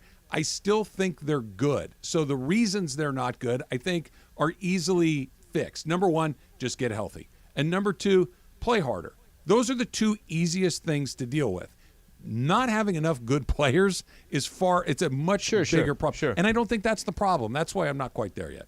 They have enough good players. They're not playing well enough, but I don't think that it's a talent. Last year at the beginning of the year, you had a radioactive culture. And you didn't have the right players, you didn't have the right pieces, guys. and everything else. You didn't have the right guys. Yeah. I don't think that's what that is yet. Listen, in 2 weeks, we'll have a better idea of, you know what, maybe this is an issue they're going to have all year, which I don't think it's going to happen either. That's why I still point out, losing 30-plus points against a Rockets team, 0-5 so far on the road. That's weird. The stats of the first quarter of being minus 74, that's the worst in history. Worst three-point shooting team in the NBA. There's also things that I'm like, all right, I get it. It's 82 games, but damn, how many things you have going against you so far? The first thing that made me kind of do it, we're good, right, was the minus 74, and the other teams that have started in that neighborhood, not only did they not make play, they were bad teams. They didn't win. Nobody won more plus. than 32 games.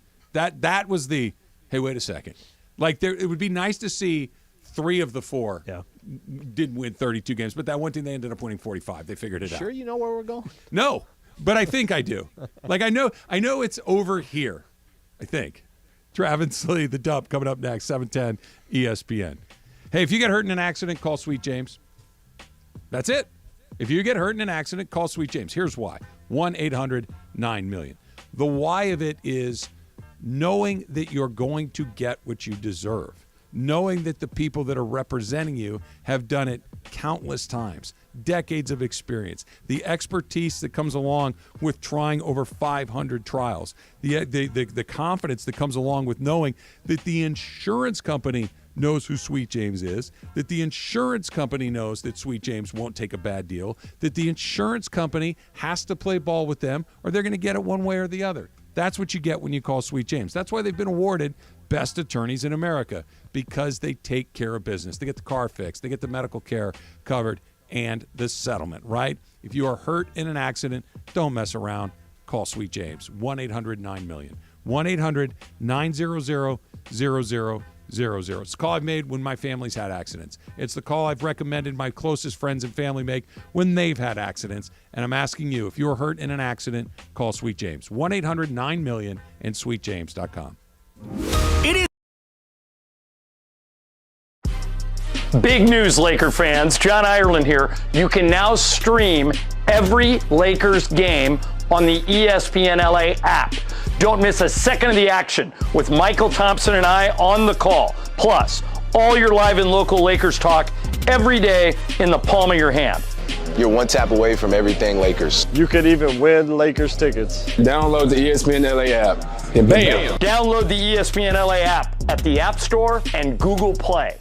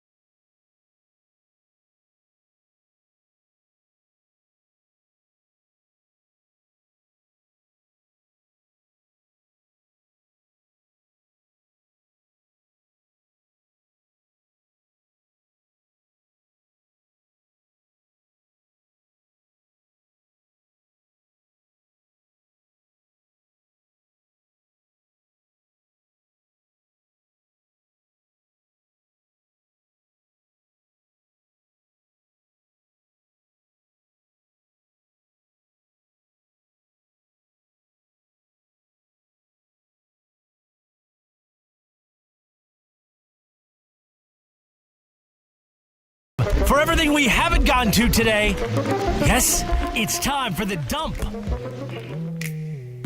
I don't know exactly why these two names are on there, but I have a feeling that somebody knows why these two names are on there. Happy 50th birthday, big 5-0 to Nick Lachey, and who I have just discovered is his wife, Vanessa Lachey. They share a birthday. She turns 43 years old today. Also weird to have the same birthday as someone you're married to, which is interesting. I don't know. Not, Yeah, it is not interesting. a red flag. Like, you wouldn't be like, I can't date you because you have the same birthday. It's just something that'd be like, oh, that's That's weird. it's an odd coincidence. But maybe it's convenient because then you guys have a birthday day. Anyway, regardless. Or birthday month. I have a feeling you know. I know that Nick Lachey was a boy bander. That's Yes. the extent of my and knowledge was of him. with Jessica Simpson. Oh yeah, Yeah, I and then knew that too. Vanessa moved in there, and I think that's Oh, why. Yeah, was it and now was they're there married. was it scandalous? I think it was a little bit. Did of she a move in scandy. too soon?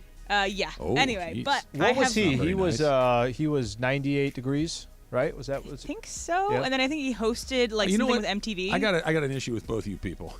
What? That both of you looked at me like I knew the answer to that is like deeply offensive. Yeah, I'll tell you why. Because you have random facts that Right, you know. exactly. So That maybe I there was a don't pretty know. blonde on the brunette on the. I don't know. But show. they're a boy. They're boy bands I know, by I know, definition. They're not. Like you both went. He was at what did you say? 98 degrees. 98 Isn't degrees. it Matthew Morrison also was in 98 I don't know who degrees? that is either. He was in Glee. Oh, which was he also in that is or no? But anyway, Answer the question. Vanessa and Nick Lachey are in my mind because they both host Love Is Blind, and they are both terrible at it. It's so Why? funny. What makes them so bad? They just don't. So last year, I remember we talked about how there was supposed to be a live reunion that it didn't show because and Netflix had technical difficulties, and they don't ask the questions that are supposed to be asked. They're not funny. They're just weird, and That's not good. they press on weird buttons that you're not like that. Just Is it fun because it's bad? no. Okay. It's just So straight it's just bad. You know, It's- it's yeah, like there's a difference. Andy Cohen owns the reunion market. He is great at hosting reunions to bring out drama. They don't ask the drama questions. They ask the stupid questions. Ryan Murphy, who is a television producer, writer, he turns 58 years old today. Ryan Murphy was the creative part behind the People versus O.J. Simpson, Oh, the okay. FX version of that trial, which I thought was terrific. Because American Crime Stories is what they call it. There you go. And that was a really fun mix of dramatization, a little bit of poetic license, but coloring mostly between the lines. I thought he did a good job with that. So Beto said that he should host Love Is Blind because Nick sucks, and I agree with you, Beto. I think he'd be better at it. Anyway, so I think that American Crime Story also has they did the Clinton one, and then they also did the Versace killing, Okay. which was all interesting. I saw So that's that a great one. Yeah, that's a good one. Ryan Murphy has some very high highs. I think he has really great concepts of shows that are really interesting, and they're all very diverse when he's interested in. But then he has some really low lows where it's almost too campy and bad to watch. But he has American Horror Story. He has Nip Tuck. He has He's got Glee. a lot under his. Big fan of Glee. Nip Tuck is my favorite Ryan Murphy thing because it is so weird. And it towards the end it kind of veers off into okay, this is And just that's the classic Ryan Murphy. It veers off. Yeah, it's like okay, I'm out. But the first 2 or 3 seasons of that is really it's about these two plastic surgeons and the stuff that happens in their lives. Yep. It's really creepy and weird and pretty. Like there's pretty people, it's pretty settings. It's really really interesting. And then there's a serial killer thing And- that shows up at the end. Okay, that but makes no does he sense. go off? You say that it's a lot of his stuff. A lot of it goes starts, too long. It starts strong and then veers off. So Got he it. has good concepts and then he gets off. So again, like, he was creating both Glee and American Horror Story at the same time. Just confounds me. But again, Glee started off to me good and then got off. But Dahmer, he did last year. Oh, also the Netflix one? Yeah. Okay. Ryan Murphy. I watched the first handful of episodes of that, Yeah. and I liked it, but I obviously didn't like it a lot, Slee, because I did the same. I literally did the exact same thing. How many did you watch? I watched like 2.5, and I'm like, oh, I need to pause this. I need to go do this, and I literally just never went back. Maybe 4 episodes, something like that. Yeah. Something like that. Should I go back? No, I didn't go back either. Yeah? So. Yeah, I Not for you? no. Okay. I'm not into that stuff, but yeah, Scream Queens also was one that I liked. Again, should give more credit in retrospect. Instead of a swear jar, we all have try to break the habit of using profanity. You put $1 in every time you say a 4-letter word. A husband put out a Swift jar where the wife has to drop a quarter in every time she mentions Taylor Swift. Em, I don't think a quarter would be a deterrent for you. What's the monetary value before you'd stop? It would be at certain times where it I honestly don't carry enough cash, so this would make a difference. Well, for let's me. say my Swift jar accepts Venmo.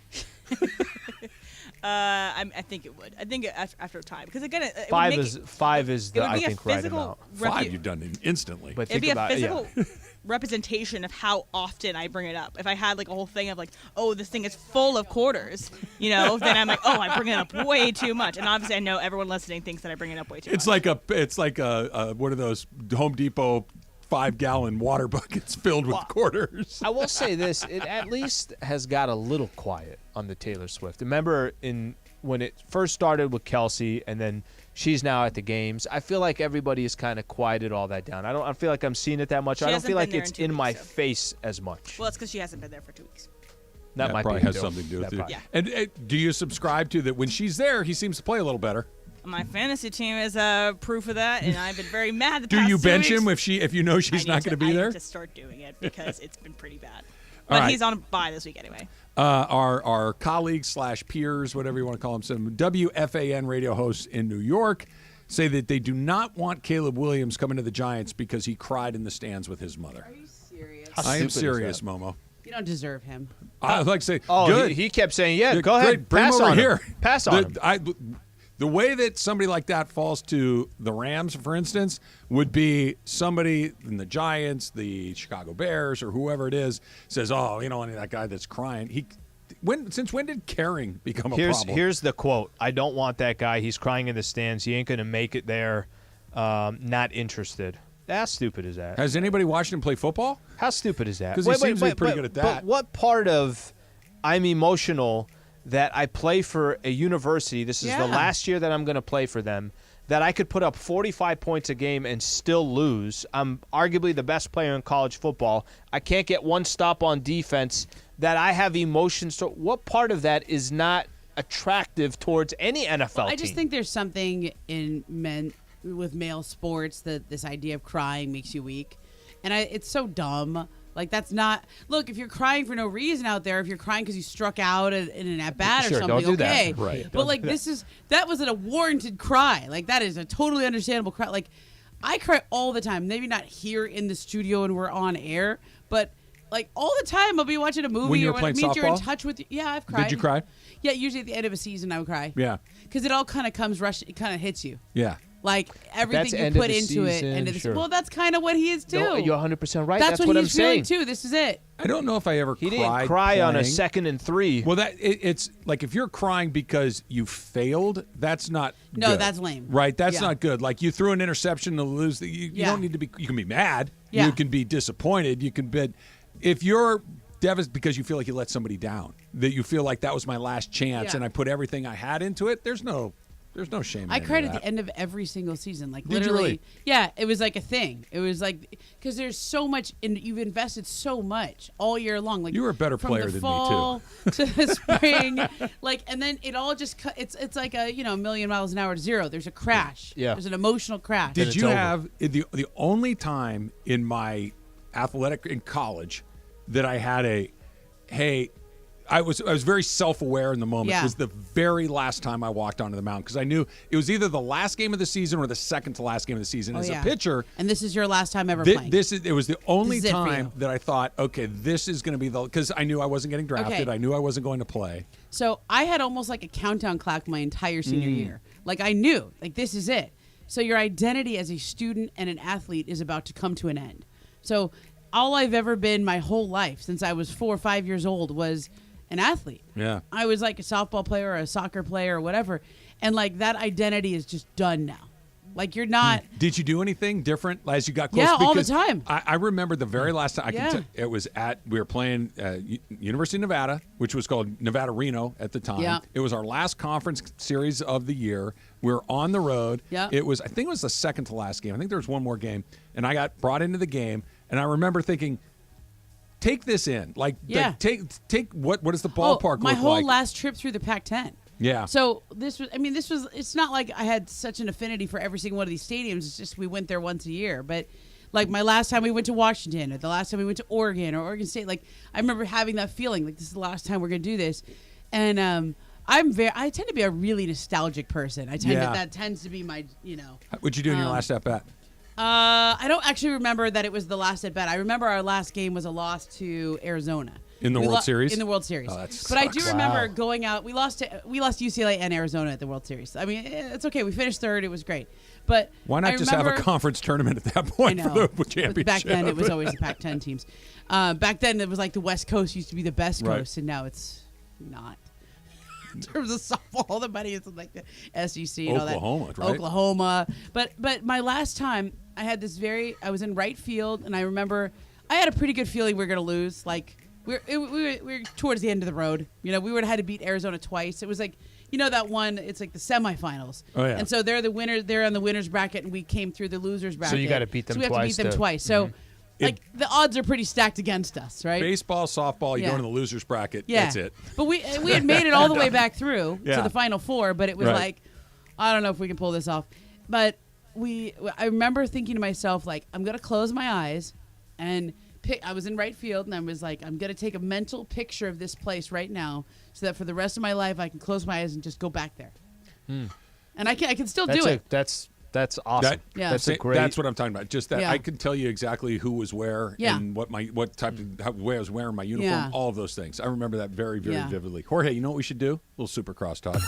Just give me AM 710 Los Angeles. KRDC AM 1110 Pasadena, Los Angeles. K256CX 99.1 FM, Pasadena, Los Angeles. It's the greatest segment in LA sports radio history. Oh my God. When the shows come together for magic on the radio. It will only grow stronger. Super Crosstalk. Are we ready for Mason and Ireland to join Travis and Slee? Super Crosstalk begins. Super Crosstalk presented by In-N-Out Burger. In-N-Out. That's what a hamburger is all about. It's time for Super Crosstalk. All right, so as we like to do on Thursdays after our draft, It's we the like to same get draft. an outsider's opinion on who won the draft. Yeah.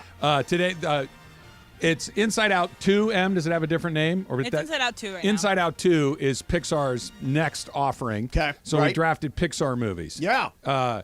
Ramona, have you seen most of the Pixar I catalog? heard you guys. I was listening on the way Okay. in. Yeah. So my picks were Toy Story, Yep. Can't go wrong. Up, I love it. Cars, I like cars.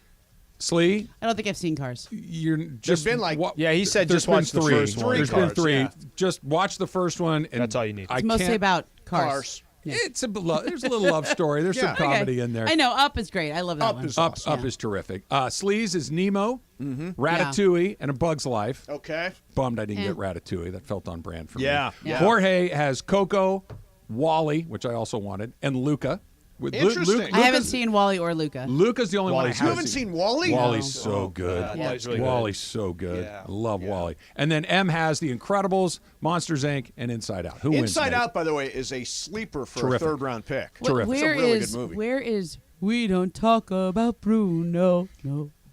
It's not I don't Pixar. know. It's That's not Disney. Pixar. That's It's a just Disney. that's Disney. Disney? That's not Yeah. Pixar, yeah. Oh, okay. So I'll tell I you just from assumed it was part from of it. this look, if I was to put together a list myself, if It's just I an had excuse three, to sing that song again. And that's the order of picks as well. Okay, my number one There it is. would be Coco. It's a great choice. Yeah, it really is. Absolutely, It's a great love choice. Coco. It makes me cry. A really, really nice movie. My second pick would probably be Finding Nemo. Really? Yeah, Finding Nemo's I love great. Finding Nemo. It It is great. Yeah, that Ellen DeGeneres voice You know what, fish though? is actually really good. I tried to watch it again with Danny about a year ago. Yep. It's a little scary for kids. Well, sure, little kid is lost. yeah, Little kid but fish. there's like a little more to it than you're like, oh, this is more Yeah. scary than I remember. Okay. Toy Story can't go wrong. Yeah, Toy I would, Story's I great. would say of this group, I would probably go with Jorge's list. It's a good list. Yeah, Even it though is. I haven't seen Luca, the other two were I've strong. not seen Luca either. What's the story with Luca, Jorge? It's a coming of age story. It's sea monsters. They come out to Earth and they become boys. Okay. And they it's just yeah, a coming sounds of fun. age. Sounds fun. Yeah, Pixar. I don't know how they do it. They just keep doing it. Very few they- misses. They really don't miss. It's an extraordinary run for that company. Counterpoint, Cars 2. Cars too. Yeah. No, they don't get them all right. Traumatized by We that. all thought he was taking Ratatouille. I wanted Yeah, to. Ratatouille. It's about a chef. But Come so on. here's what came off the board. I took Toy Story first overall. And then he had to wait. Then Nemo, Ratatouille, Coco, Wall-E, Incredibles, Monsters, Inc. all came off before I got a chance to pick again. Yeah. That's the downside of the snake Up route. is the one you got to sneak in there because Terrific. That's- yeah. they've got that little vignette at the beginning Oh. where you cry about 5 minutes into the movie. I know. And then you got that big bird jumping around, and Ed Asner's the voice, and the house is floating up on balloons. That's When a fun movie. Mrs. Fredrickson is in the hospital, you're like, oh boy. Yeah. This is not going to go well. No, this is no. not good. Mrs. deep. Fredrickson. That's right. Yeah. That's right. We're going deep on Up. Absolutely. So this is how I explained what's going on with the Lakers with Slee. Tell me if I'm right. I'm not at a, like, what the heck is going on? It's more of a, what the heck's going on? Yeah. Is that fair? I'm a little bit more, what the heck is going on? Okay. Because the one thing, I understand they're shorthanded. Yeah. And I understand there are guys. But I thought last night there was a distinct Oh, they lack didn't care. of effort, Yeah, they lack didn't care. of fight. They didn't Yep. look like they wanted to be there, and there is no excuse for that. Yeah. None. Especially after they've had an off day. This wasn't a back-to-back. No. I mean, they had time, and this was an opportunity for guys to play that haven't gotten to play as much. AD was out, so there was going to be some minutes. Rui was coming back. Christian Wood, one shot. I know.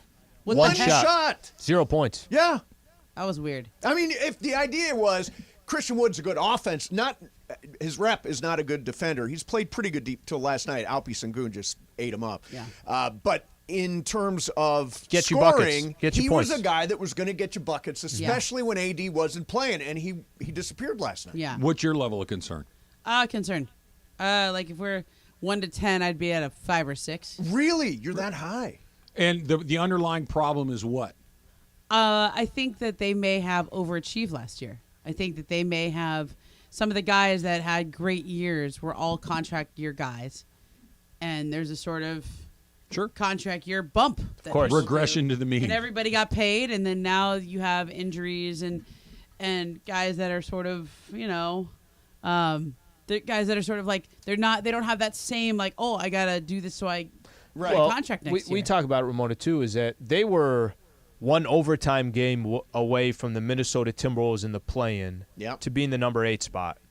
And how much different would the offseason have been if they're the number 8, they got Denver in the first round, out, and they're swept? Yeah. Right? Let's just say the same thing happened, that they're swept. in the first round. We approach this offseason Rather than you get Memphis, who Brandon Clark was out, Steven Adams was out. They had a lot of their size out. Ja Morant was missing some games. The Warriors was an awful matchup for the Warriors, just not enough size. Yeah, the they were situation tired with from that Poole. 7-game series against the Kings. How much different would it be? Yeah. And I know that's not how it played I mean, out, look, but there's if they're two not teams playing right well. now that are very disappointing in the Western Conference. Well, 3.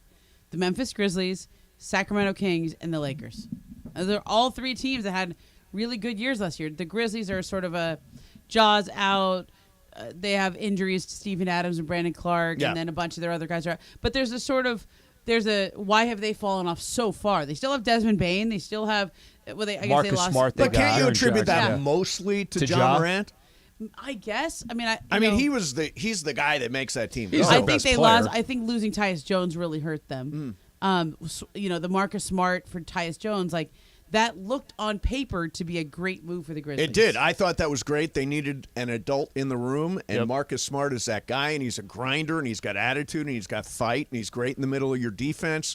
They let Dylan Brooks go to Houston, and Marcus Smart was the replacement. I thought that was the right get for them. De'Aaron Fox injured for the Kings. I think that has a lot to do with their but also slow start. But even then, before that, they were not beating the doors off, right? Like they were, Except against the Lakers. Yeah. Everybody had a shot. Everybody gets a pass on the Lakers. I mean, they. I thought the Kings were one of the healthiest teams all last year. They didn't have an extended absence for any of their stars, which is why they had such a good record. This year they have De'Aaron Fox is out. Like this is what happens. So to me, there's a sort of, did they overachieve last year, or is it, or is it just injuries and not getting the right mix? Slee's point is interesting. Had they wound up as the 8th seed and gotten swept in the first round, the roster would have been blown up.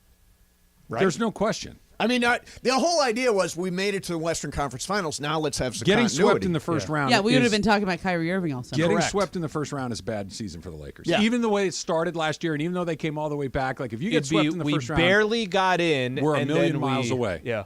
Losing in the Western Conference Finals is, hey, we're close. Yep. It's the same team, the same result. Sure. One game goes a little bit differently. Yeah. Very quickly. Yeah. What's going on here? How are you feeling about it? This is terrible.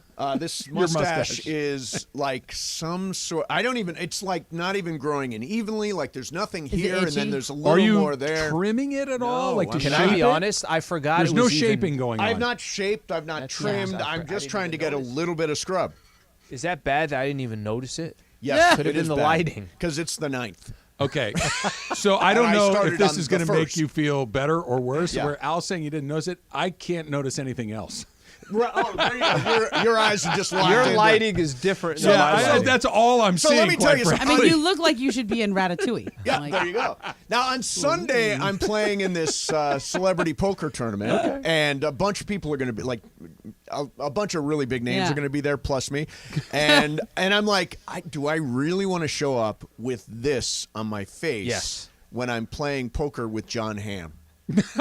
Yes. No. I do Seriously, not. is he not going to stare? Is everybody not going to stare Oh, they'll and be wonder, staring. does that guy think that looks good? Now here's maybe your escape hatch. Is that it's not July? Well, yeah, I think most people are aware of Movember at this point. Yeah, right? that's So true. I think that it's like, oh, that's got to because no one's looking at that going, yeah, he likes that. Everybody's no, going, he's- that is a weak ass effort at Oh, Movember. he's rolling with that stash. He is rolling. I mean, the truth is, it's probably not going to get that much thicker. No. It's probably just going to be like this. But so, like, if you shaved it before the poker tournament and then started to regrow it again the next day. When's the poker tournament? Sunday. Yeah, you'd have that back by Wednesday. Yeah. I mean, it's not going to you take gotta much be for able that to come back. No, I think it's I'd a very shave- good point. Yeah. How are you as a poker player? I'm actually really good. I've made a couple of final. I've made he's 2 good. final tables. Are you a bold player or are you No. are conservative? tight? You're super tight player. Momo's played with me. Are you Let bold, everybody Momo? else get Yeah. eliminated. You are. Momo's I like to throw it around. Momo was Yeah. there the night I made I'm the big final stack table. poker girl. And I lose early or I win big. Right, Momo, Like, you were there that night I was. at Yasiel Puig's Yeah, tournament. I did left make way the final before you table did. there. Wow. Yeah. He Give did. me- I did not stay. So you That's mentioned fun. It's still John there. Hamm. Yes. Who else is in this thing? Kevin Nealon. Okay. There's like a long Kevin Pollak. Oh wow. Brian Cranston. Yep. It's his tournament. It's to benefit the Actors Fund, which Oh, is okay. helping people. We're The close to a strike's up. deal. No, we Oh, is got it a deal. official? Yeah, It's it's done. done. Oh, it's done. Okay. The strike we is got a done over. deal. There will be celebratory parties. There If are anybody has many, any money left. Many celebrities bigger than me. Shave your mustache in celebration. That There you SAG go. after us come and then to a and then deal. honestly, Yeah. just start regrowing it. Yeah. And like by Wednesday, Nobody just will like that. notice. Yeah, it won't really. Yeah, exactly. Super Crosstalks brought to you by In-N-Out Burger. In-N-Out, that's what a hamburger's all about.